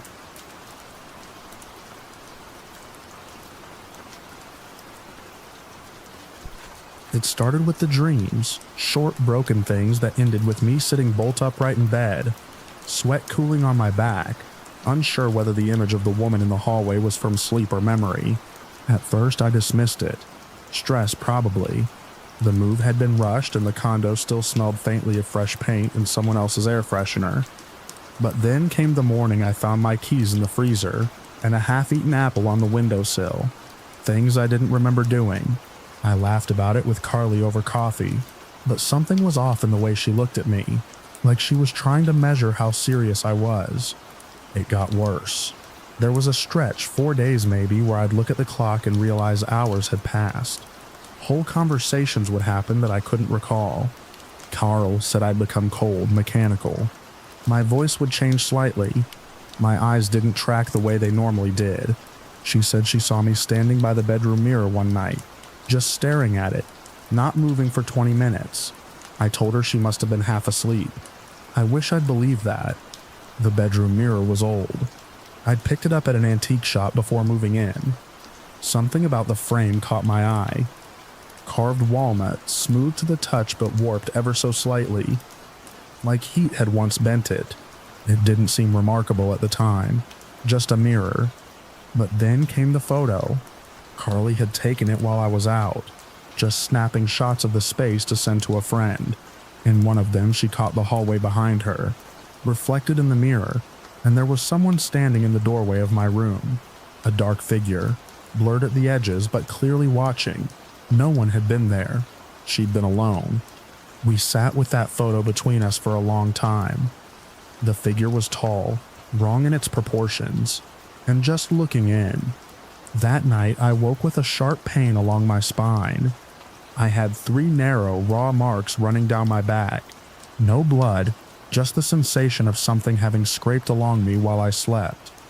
Kirkley insisted we needed help, not just a therapist or sleep specialist. She had a friend who knew someone who dealt in less conventional matters. Enter the consultant. He wouldn't give a name, just ask questions in a slow, deliberate voice. He didn't flinch when we told him about the mirror or the figure. Instead, he asked if there had been any reflective surfaces brought into the condo recently. When I told him about the mirror, he asked if I had ever felt like it was looking back. We covered the mirror that night in an old wool blanket, nailed around the frame, completely blacking it out. And the lights died instantly. Not the whole condo, just the bedroom. The bulbs in the ceiling fixture hissed and went out in unison. Carly's phone, which had been charging on the nightstand, went black. Her flashlight app wouldn't even open. Only in that room. We left it and slept in the living room, both of us pretending we weren't afraid to speak out loud. By morning, the lights were back. The phone worked, but the mirror stayed covered. That's when the priest came. Not our idea. The consultant sent him. A young man, quiet but determined, who walked through the condo with a small brass censer and murmured prayers under his breath. He paused at the bedroom doorway and wouldn't step inside until I had relit the candle he handed me. Whatever had taken hold had not started with the mirror, he explained, but the mirror had become a focus, a point of convergence. He asked if I had ever encountered anything before. I couldn't answer. I wanted to say no, but something in me, something smaller and quieter, knew better. This wasn't new, this was old. I just hadn't remembered it until now. He performed the cleansing late that night. Carly wasn't there. She said she couldn't handle being in the condo another night. I didn't blame her. The ritual was quiet. No dramatics, just smoke, whispered prayer, and a feeling like pressure building behind my eyes. I remember clutching the sides of the armchair and feeling the room get darker even with the lights on. At one point, I thought I heard the sound of nails dragging across glass, faint and from the bedroom, but I didn't go check. When it was over, the priest told me I needed to keep the mirror covered for 7 days. After that, if nothing else happened, I could decide whether to remove it or get rid of it entirely. I didn't last that long. On the 4th day, I took it out to the storage unit beneath the building, locked it inside, and walked away. I took it out to the storage unit beneath the building, locked it inside, and walked away. Things got better. The gaps in time stopped. The strange marks faded. Carly and I spoke again, hesitant, cautious, but willing to try. I kept the lights on at night for a while, just in case. Weeks later, I went down to the storage unit to check on something else. The mirror was still there, but the blanket had slipped just a little, enough for me to see my own reflection staring back from the dark. Except I wasn't looking at the mirror when I saw it. I was looking just to the side, and the reflection was still looking straight at me.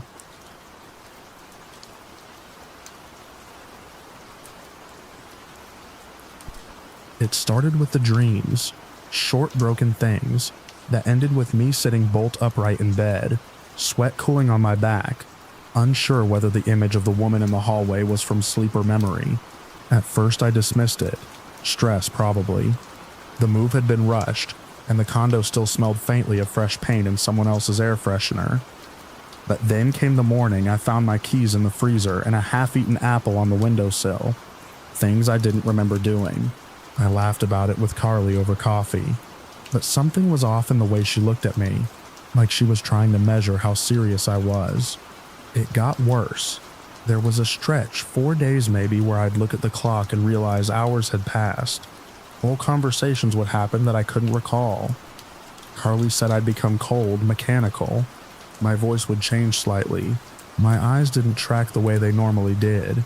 She said she saw me standing by the bedroom mirror one night, just staring at it, not moving for 20 minutes. I told her she must have been half asleep. I wish I'd believed that. The bedroom mirror was old. I'd picked it up at an antique shop before moving in. Something about the frame caught my eye. Carved walnut, smooth to the touch but warped ever so slightly, like heat had once bent it. It didn't seem remarkable at the time. Just a mirror. But then came the photo. Carly had taken it while I was out, just snapping shots of the space to send to a friend. In one of them, she caught the hallway behind her, reflected in the mirror, and there was someone standing in the doorway of my room, a dark figure, blurred at the edges but clearly watching. No one had been there. She'd been alone. We sat with that photo between us for a long time. The figure was tall, wrong in its proportions, and just looking in. That night, I woke with a sharp pain along my spine. I had 3 narrow, raw marks running down my back. No blood, just the sensation of something having scraped along me while I slept. Carly insisted we needed help, not just a therapist or sleep specialist. She had a friend who knew someone who dealt in less conventional matters. Enter the consultant. He wouldn't give a name, just asked questions in a slow, deliberate voice. He didn't flinch when we told him about the mirror or the figure. Instead, he asked if there had been any reflective surfaces brought into the condo recently. When I told him about the mirror, he asked if I had ever felt like it was looking back. We covered the mirror that night, an old wool blanket nailed around the frame, completely blacking it out, and the lights died instantly. Not the whole condo, just the bedroom. The bulbs in the ceiling fixture hissed and went out in unison. Carly's phone, which had been charging on the nightstand, went black. Her flashlight app wouldn't even open. Only in that room. We left it and slept in the living room, both of us pretending we weren't afraid to speak out loud. By morning, the lights were back. The phone worked, but the mirror stayed covered. That's when the priest came. Not our idea. The consultant sent him. A young man, quiet but determined, who walked through the condo with a small brass censer and murmured prayers under his breath. He paused at the bedroom doorway and wouldn't step inside until I had relit the candle he handed me. Whatever had taken hold had not started with the mirror, he explained, but the mirror had become a focus, a point of convergence. He asked if I had ever encountered anything before. I couldn't answer. I wanted to say no, but something in me, something smaller and quieter, knew better. This wasn't new. This was old. I just hadn't remembered it until now. He performed the cleansing late that night. Carly wasn't there. She said she couldn't handle being in the condo another night. I didn't blame her. The ritual was quiet, no dramatics, just smoke, whispered prayer, and a feeling like pressure building behind my eyes. I remember clutching the sides of the armchair and feeling the room get darker even with the lights on. At one point, I thought I heard the sound of nails dragging across glass, faint and from the bedroom, but I didn't go check. When it was over, the priest told me I needed to keep the mirror covered for 7 days. After that, if nothing else happened, I could decide whether to remove it or get rid of it entirely. I didn't last that long. On the 4th day, I took it out to the storage unit beneath the building, locked it inside, and walked away. Things got better. The gaps in time stopped. The strange marks faded. Carly and I spoke again, hesitant, cautious, but willing to try. I kept the lights on at night for a while, just in case. Weeks later, I went down to the storage unit to check on something else. The mirror was still there, but the blanket had slipped. Just a little, enough for me to see my own reflection, staring back from the dark. Except I wasn't looking at the mirror when I saw it. I was looking just to the side, and the reflection was still looking straight at me.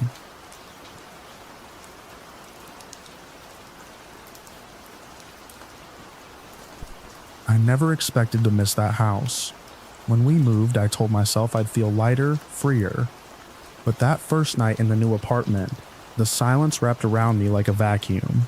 No creaks, no knocks, no disembodied voices.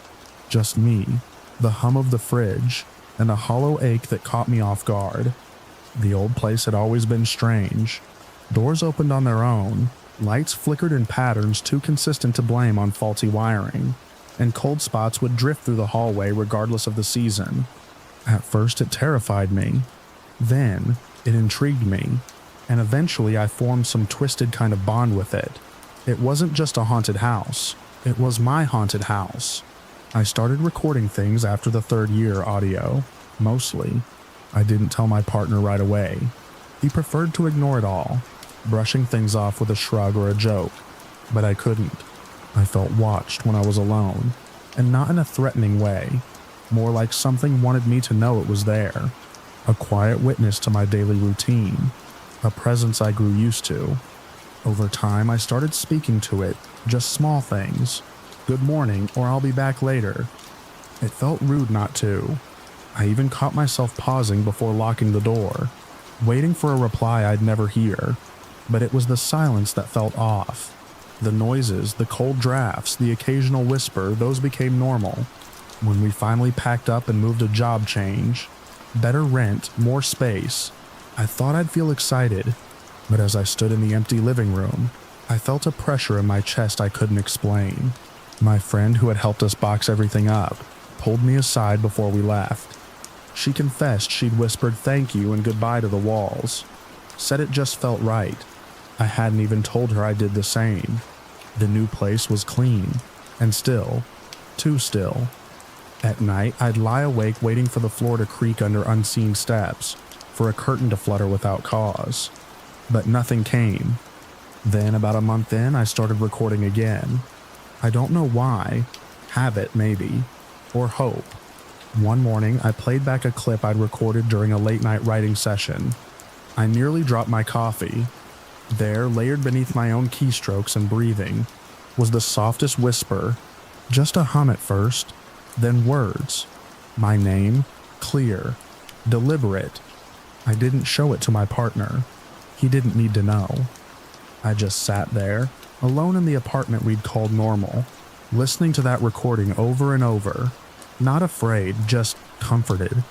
Something had followed me, or maybe it had always been part of me. Since then, it's been subtle. A knock here, a shift in air pressure there. Nothing like before. Whatever it is, it's quieter now, respectful, like it knows I needed space. Sometimes I wonder if it's truly the same presence, if it really followed me, or if the years I spent in that house rewired something inside me, made me receptive in a way I hadn't been before. Either way, I'm not alone. Not really. And I don't feel sad anymore. Not like I did at first. Now the silence isn't empty, it's waiting, patient, like an old friend keeping its distance until I'm ready to say hello again.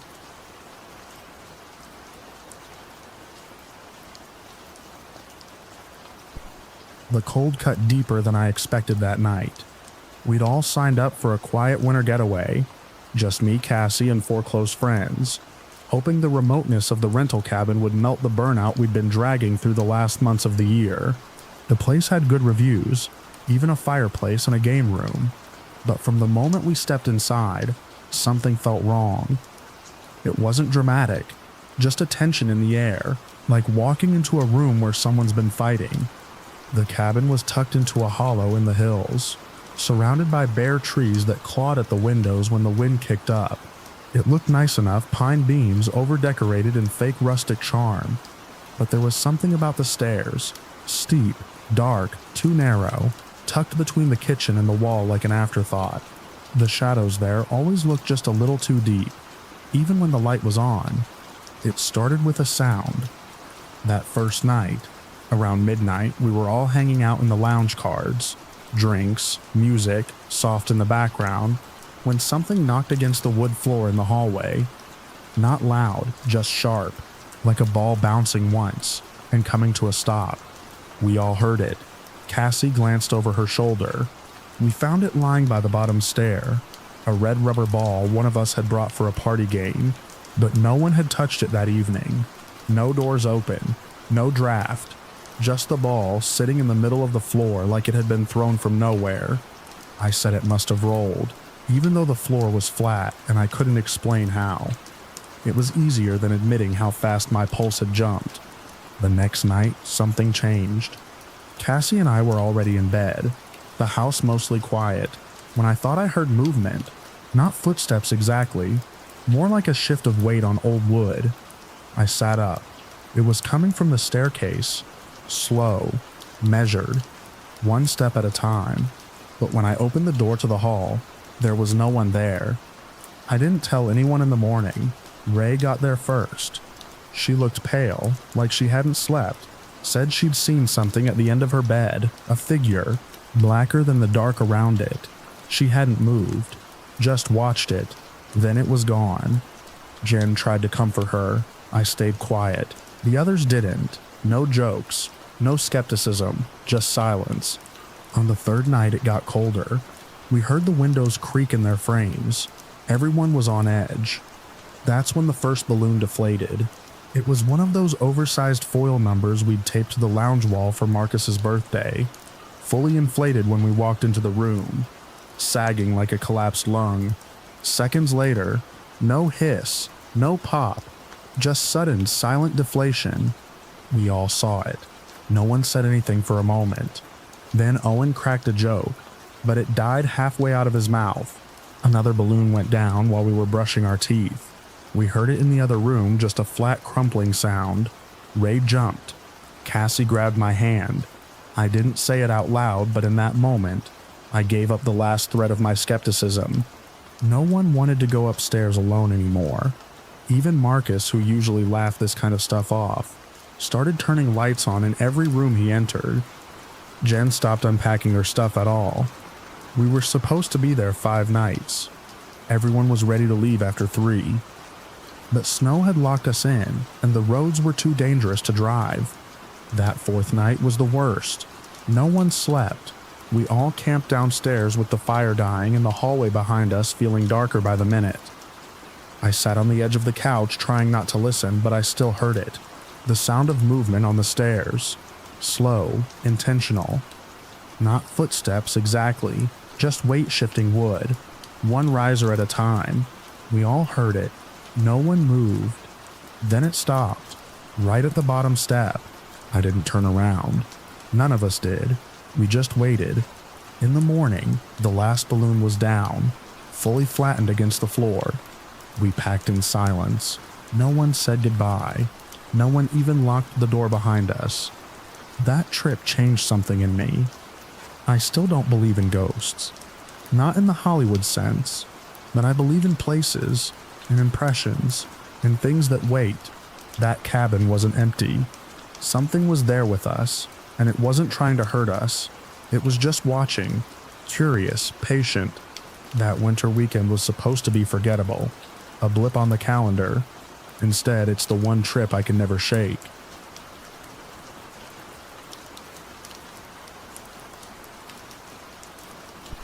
The first thing I noticed was the water. Not dripping. Not a pipe issue. It was the soft mechanical hum click of the automatic pitcher in the kitchen, firing on its own at 2:43 a.m. I lived in a beat-up rental house a few blocks off campus with 3 roommates, and my girlfriend Lena, who'd been crashing with us since her lease fell through. The place was all scuffed baseboards and thrift store furniture. Ghost stories weren't exactly scarce around student housing, but I didn't buy into any of it. I was the rational one, the one who called out confirmation bias and explained away bumps in the night with physics or fatigue. The first time the pitcher went off, I figured someone had set it wrong or bumped it sleepwalking. The second time, I checked the programming disabled. I unplugged it completely. Still, it triggered again an hour later. That was the first week I began to feel like the house didn't want me sleeping. The hallway outside our room had always been a little darker than the rest of the place. Something about how the overhead light had a dimmer that never worked right. A few nights in, I left our door cracked to catch whoever might be trying to mess with me. I lay awake, ears tuned like radar. Around 3:30, a long shadow crossed the hallway. No footsteps, no creak of weight, just a shift in the light like someone sliding through a film reel. When I got up to check, every door was closed. Everyone was asleep. Lena rolled over and asked why I was pacing. By night 5, I locked the door. That's when the sound changed. It wasn't the mechanical whir of the pitcher anymore. It was heavier. Something large scraping the floor slowly, like a piece of furniture being dragged across laminate. I sat up so fast I almost knocked the lamp off the nightstand. The sound came from just outside our door, then stopped dead. No retreat, no shuffle of feet, just silence so deep it pushed into my eardrums. I didn't open the door. The next morning, I noticed the hallway cabinet had been shifted, angled slightly toward our room, heavy enough that it would have taken effort to move it. I asked the others one by one. Mark didn't know what I was talking about. Jules hadn't left her room. Lena said she heard it too. I started documenting everything: times, sounds, light levels, possible airflow explanations. It wasn't about belief, it was about disproving the coincidence. My skepticism had structure, it had rituals, but that night broke them. I woke suddenly. No noise, no reason, just that feeling of being observed. I turned my head and saw something standing at the foot of our bed. It was tall, wrong tall. Its head nearly touched the ceiling. Its form was thick, like a person draped in curtains, broad-shouldered, arms straight down. The fabric or whatever covered it didn't reflect light. There was no shimmer, no glint, just matte blackness that seemed to pull the dark in tighter. It didn't move. I couldn't either. My lungs felt like they were trying to breathe through a wet towel. Lena lay still beside me, undisturbed. I blinked hard once, twice, and it was gone. The next morning, I found deep grooves in the laminate under the bookshelf. It had been pulled out 3 feet from the wall. No one admitted to touching it. From that point on, I didn't try to rationalize. I stopped writing in the notebook. I started sleeping with the hallway light on. The picture stayed unplugged, but it still made noise some nights. The dragging sounds never came back. That shape at the foot of the bed never returned, but the feeling did, that static charge in the air, like the house was still watching, waiting. I've stayed in older buildings since, visited actual haunted sites for the novelty of it.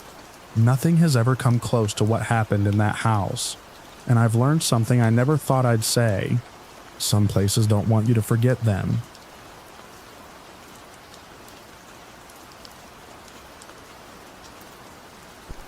It was close to midnight, and the highway had emptied into silence. Just me, my partner Dean, and the steady hum of tires over asphalt.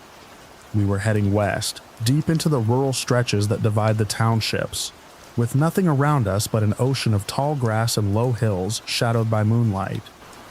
No trees, no buildings, no power lines, just openness in every direction. The sky was clear, black as ink except for the stars burning sharp overhead. Dean had the window cracked slightly, and the cool air kept me alert.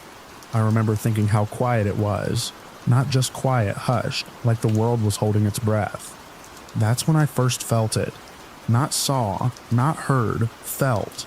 A pressure, or maybe an awareness, like something vast had just entered the same space as us. Dean turned to me without saying anything. I could see it on his face. We both felt it, that sudden cold ripple of unease. No warning, no source, just there. And then it came. At first I thought it was a shooting star. Something bright sliced through the sky ahead of us, descending far too fast, but at an angle that felt deliberate, not like it was falling, more like it was aiming. A single white-blue point of light, sharp as a welder's arc, plunging toward the earth on a silent trajectory. I pulled the car over without thinking, skidding slightly on the shoulder. We stepped out, both staring at where it should have hit. But it hadn't. There was no impact, no glow, no crater. Just the night, unchanged. Then Dean shouted. He was pointing behind us straight back the way we'd come. The same object was there again. Same size, same brightness. But now it was rising, fast, and not in a curve or arc like something bouncing or reversing course. It was moving in a perfectly straight line, straight up into the sky from the horizon behind us. It had vanished in front of us, and reappeared behind us, traveling in the opposite direction. I know what I saw. I can still picture the geometry of it, the way the air felt heavier, almost electric, during those few seconds. Dean didn't say much after that. Neither did I. We got back in the car, and the rest of the drive passed in silence. Later, I tried to reason it out. Military test, weather phenomenon, satellite debris, but none of it lined up. No object moves like that. Not without sound, not without inertia, not without explanation. That stretch of highway has a reputation. We found that out a week later when Dean looked it up. Locals call it the open mile. Strange lights, vanishing cars, time gaps. The kind of folklore you hear in small towns that don't bother writing things down. But I remember it. Clear as the cold air that night. I don't drink. Don't take anything. My memory doesn't bend. We saw something we weren't meant to see. Something fast, precise, and wrong. In a way I can't fully explain. It didn't feel like a mistake. It felt intentional, like it wanted to be seen, just once.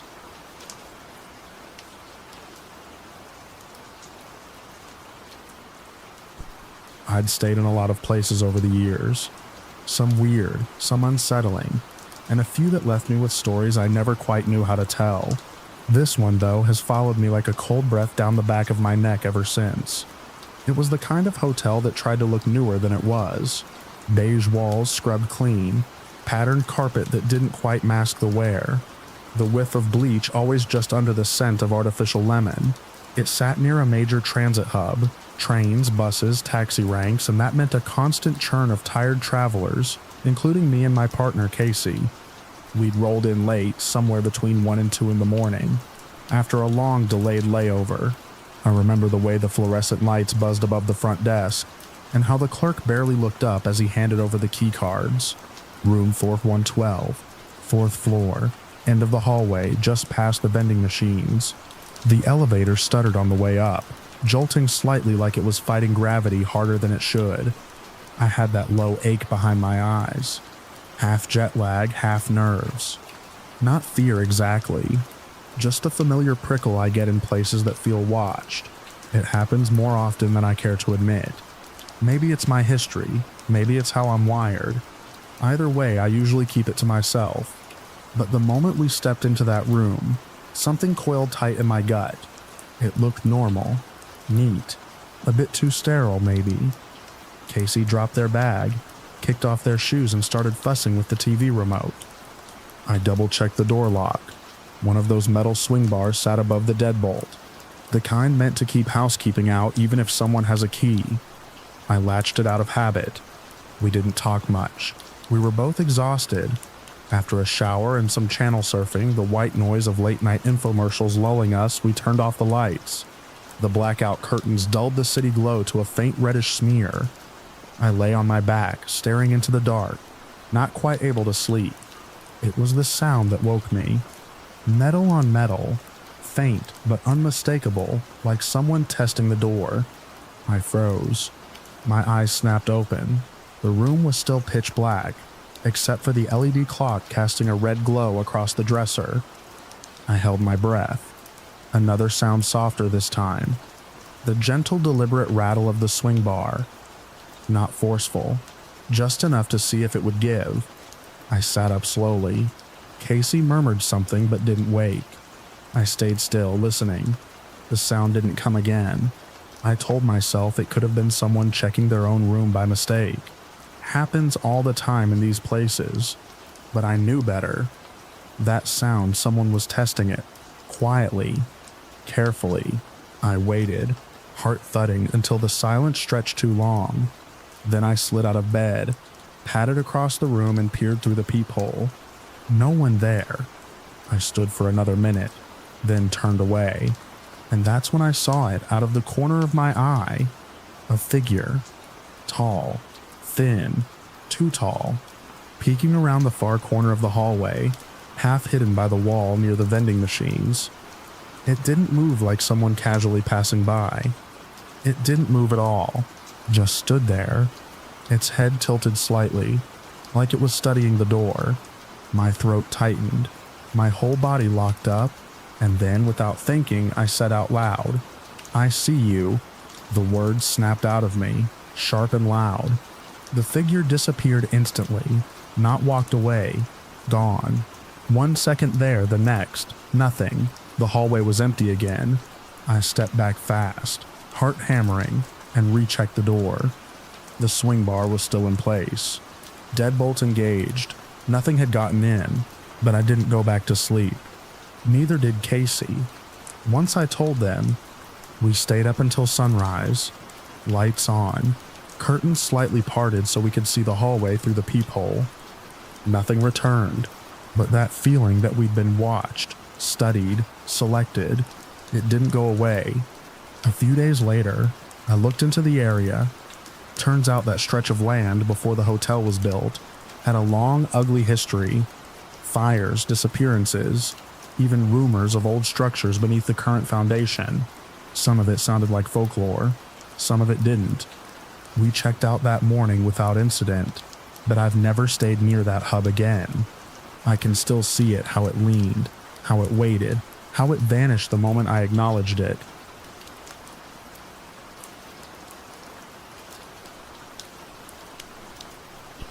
It started with a door frame that didn't want to come loose. We were nearly done for the day, just one more wall to bring down before we could wrap.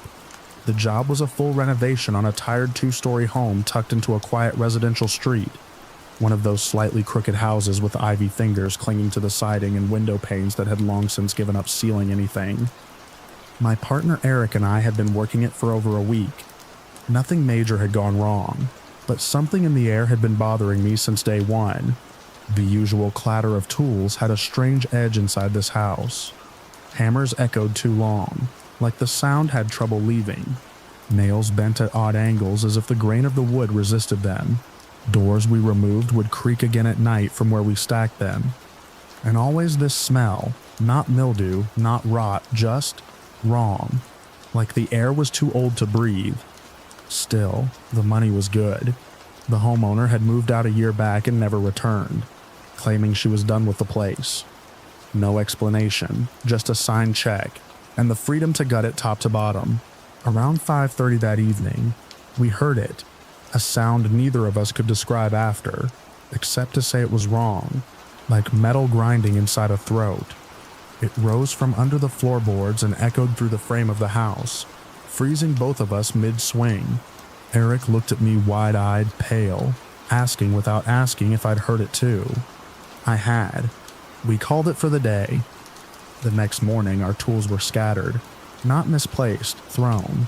My drill was lodged into the wall halfway across the room. Boxes of nails had exploded, tiny silver points buried in drywall and wood like shrapnel. Nothing was missing, but the site looked like it had been attacked. I tried to ground myself, remind myself that old houses settle, that rodents get bold, that neighborhood kids sneak in sometimes. But Eric was shaken. He pointed out that the work gloves he'd tucked into his belt had been found wedged into the attic vent. That would have taken a ladder and a crowbar to open. We should have walked, but we didn't.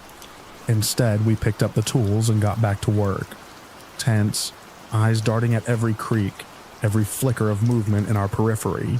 The deeper we went into the renovation, the worse it got. Sudden drafts would slam doors that hadn't moved in hours. Static buzzed in the air like a distant storm no one else could hear. I started getting nosebleeds whenever I entered the living room. Eric stopped using the bathroom in the house entirely. By Friday, something snapped. We were removing a load-bearing post that ran from the basement up through the main floor. The final piece in opening up the floor plan. I had just cut through the base when a boom like thunder rolled through the house. Every lightwork lamps, hallway bulbs, even the battery-powered lantern flared white and burst. Shards of hot glass peppered the floor. Tools leapt from their boxes. I saw the heavy pipe wrench fly 6 feet into the air and crash through the back window. The post I'd just cut groaned like a wounded animal. And then I saw it, just for a second, behind Eric, crouched in the space where the wall had been. A figure, impossibly thin, knees jutting at odd angles, face flat and long like it had been stretched. It wasn't moving. It was just there, watching. Eric didn't see it, but he knew. He turned toward me, lips bloodless, and said one word, "Go." We left everything behind. Tools, materials, even our phones. We didn't speak the entire drive back. That night, I couldn't sleep. My ears rang with the aftershock of that house. I called the homeowner the next morning and told her we'd need to finish the job fast or not at all. She didn't seem surprised. gave us permission to tear down whatever we needed, no questions asked, so long as we left the foundation intact.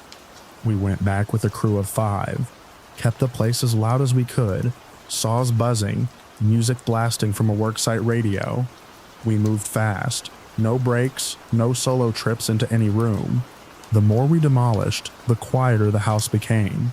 No more bursts of sound, no more flying tools, no more impossible figures at the edge of our vision. By the end of the second week, we were done, packed the last of the debris into the trailer, and didn't look back. I haven't driven down that street since. Neither has Eric. But sometimes I'll wake up with that sound in my ears again, that first scream from under the floor. And in those moments, I'm sure of one thing. That house didn't want to be opened, and it won't forget what we did to it.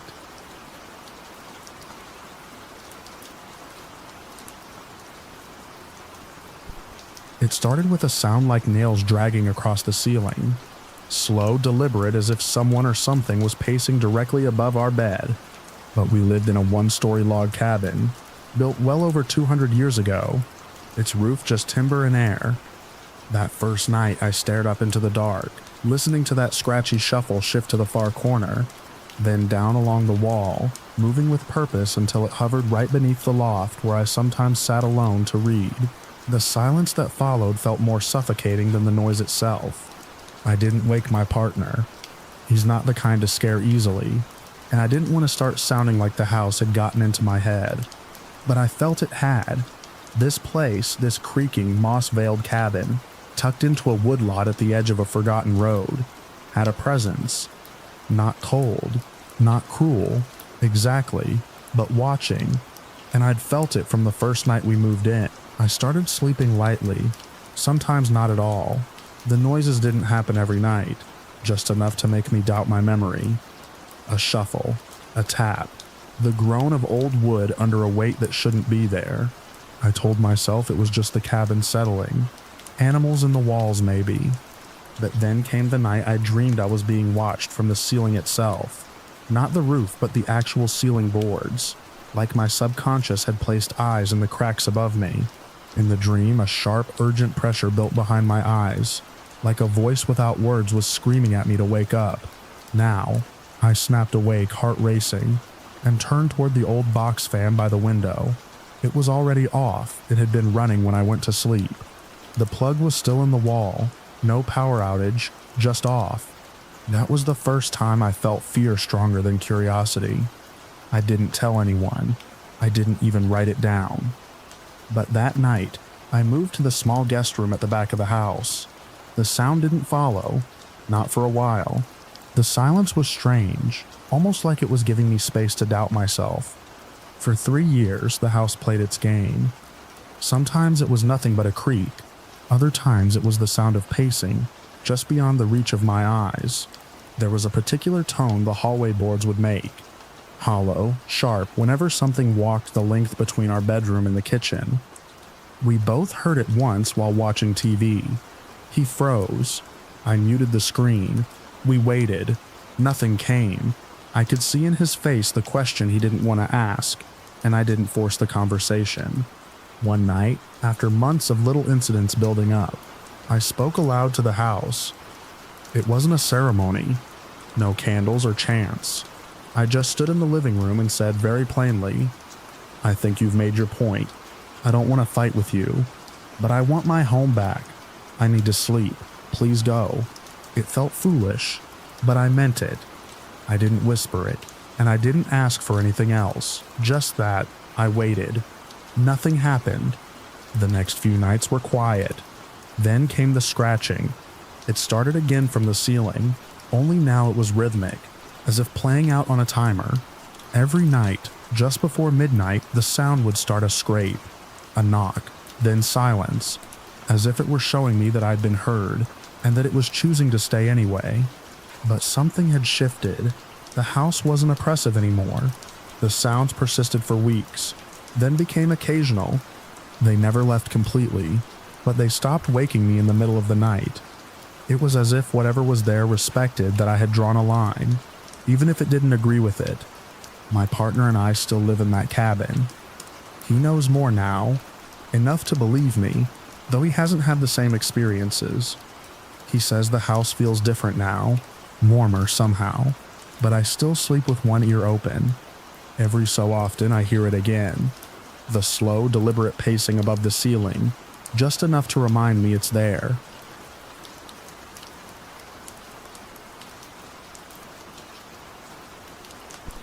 I took the farm job thinking it would be simple. Feed the goats, patch the fences, stay in the old caretaker's house for 6 weeks. The property bordered a wide tract of forest preserve, miles of unbroken dark stretching right up to the back pasture. The owner left me with keys and a list, then drove off without another word. The first few nights were ordinary. Cold air, creaky floors, a steady hum of insects outside. But on the 4th evening, just after sundown, I saw something streak across the sky, a narrow line of white light, fast and silent, trailing no smoke, no sound. It cut over the ridge at the edge of the woods, and was gone in under a second. The animals in the barn went quiet. I stood outside for a long time, watching the dark return. Later that night, I sat in my truck with the radio off, trying to unwind. I'd parked facing the back fence. Nothing moved out there, just the shadows from the trees and the thin halo of the moon. Then came a sound behind me, a dry, dragging scrape against metal. I turned in my seat and waited. Another scrape, slower this time, as if something rough was being pulled along the rear panel. I threw the door open and stepped out, light in hand. The gravel was undisturbed, no footprints, nothing broken. Still, the sound had been close, too close to ignore. I tried not to think about it. Maybe it was an old branch, a loose wire. But the next night I heard footsteps, not quick or panicked. These were deliberate, heavy, uneven. They circled the house just past the window line, pausing sometimes as if listening. I never saw what made them.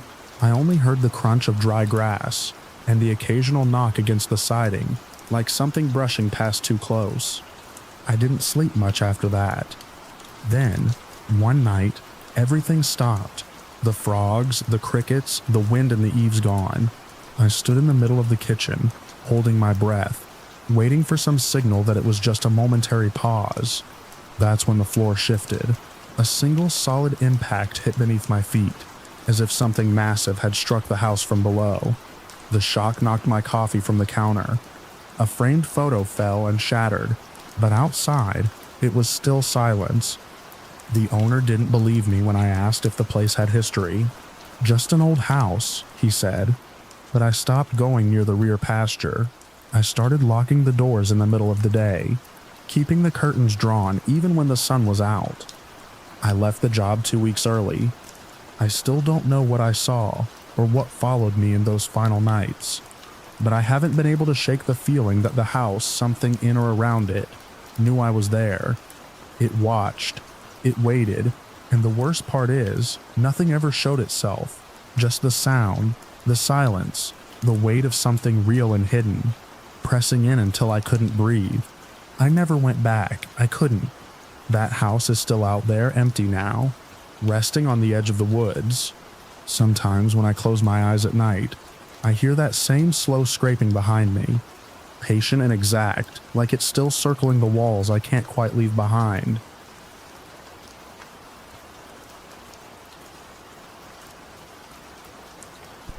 I never liked sleeping in basements.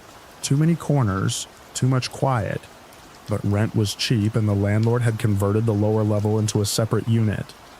1 bedroom, 1 bath, and a wide open living area where the concrete walls still carried that faint cold smell, even after paint. The first night, nothing felt off. I tested all the motion sensors, set the security camera facing the stairwell, and checked the deadbolt twice. The Wi-Fi was spotty down there, so I rerouted the mesh node closer to the bedroom door. That was Friday. Saturday night, sometime after 2 a.m., I woke up with the distinct feeling someone was in the room. Not footsteps, not a creak, just a presence. Still wrong, like a misplaced shape in a mirror. I sat up slowly, The room was pitch black except for the faint green glow from my surge protector near the floor. There was something standing near the foot of the bed, not moving. No breath, just a silhouette with shoulders too square and posture too flat. I didn't speak. I didn't move. I stared until my eyes watered. When I blinked, it was gone. I turned on the lamp.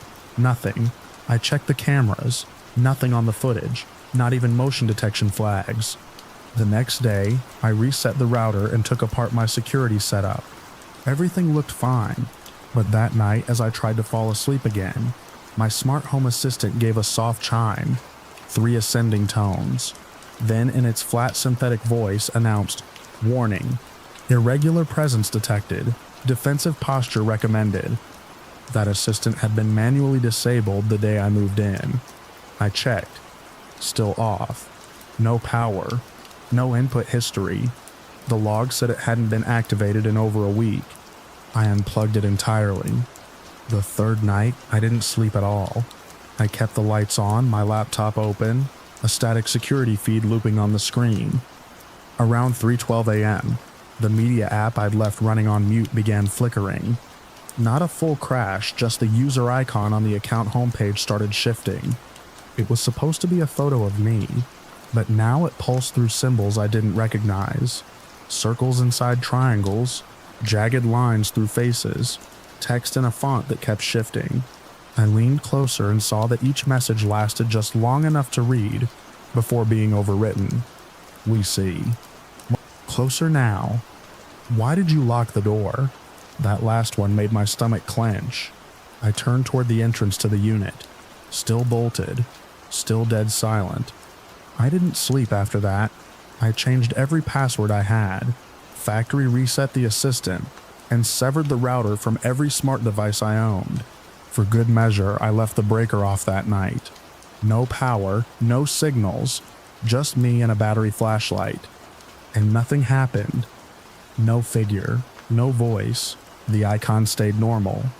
Even the temperature felt warmer somehow, less damp.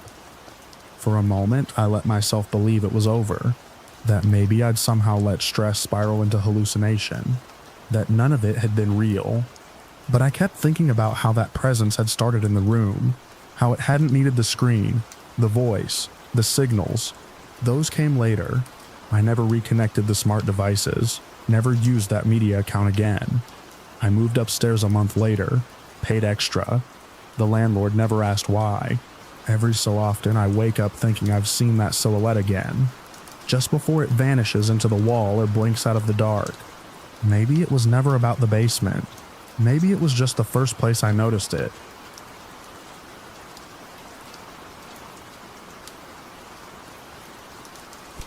I always thought my cousin Lena was dramatic, especially when it came to the old house on Grayson Ridge. She'd inherited it from our great aunt, and from day one, she refused to live in it. She stayed just long enough to pack up the valuables, then handed me the keys and muttered something under her breath as she left.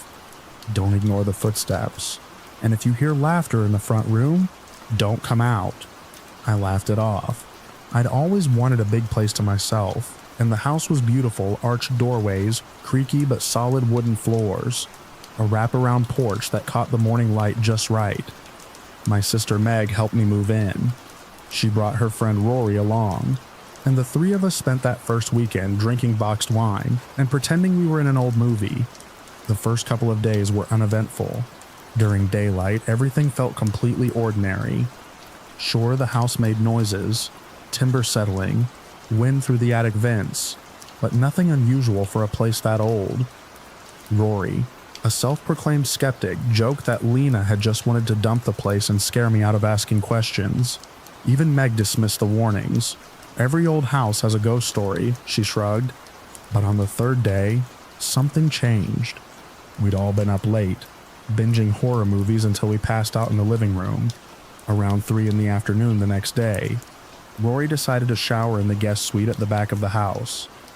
I was half asleep in a sunbeam on the couch when I heard the slam. Not a knock, an aggressive, violent slam of the guest bathroom door. Then a scream. Meg and I rushed to the hallway. Rory stood in a towel, pale and dripping. eyes locked on the bathroom door behind him. The door had flung open with such force that the hook latch had snapped off. He swore he'd locked it.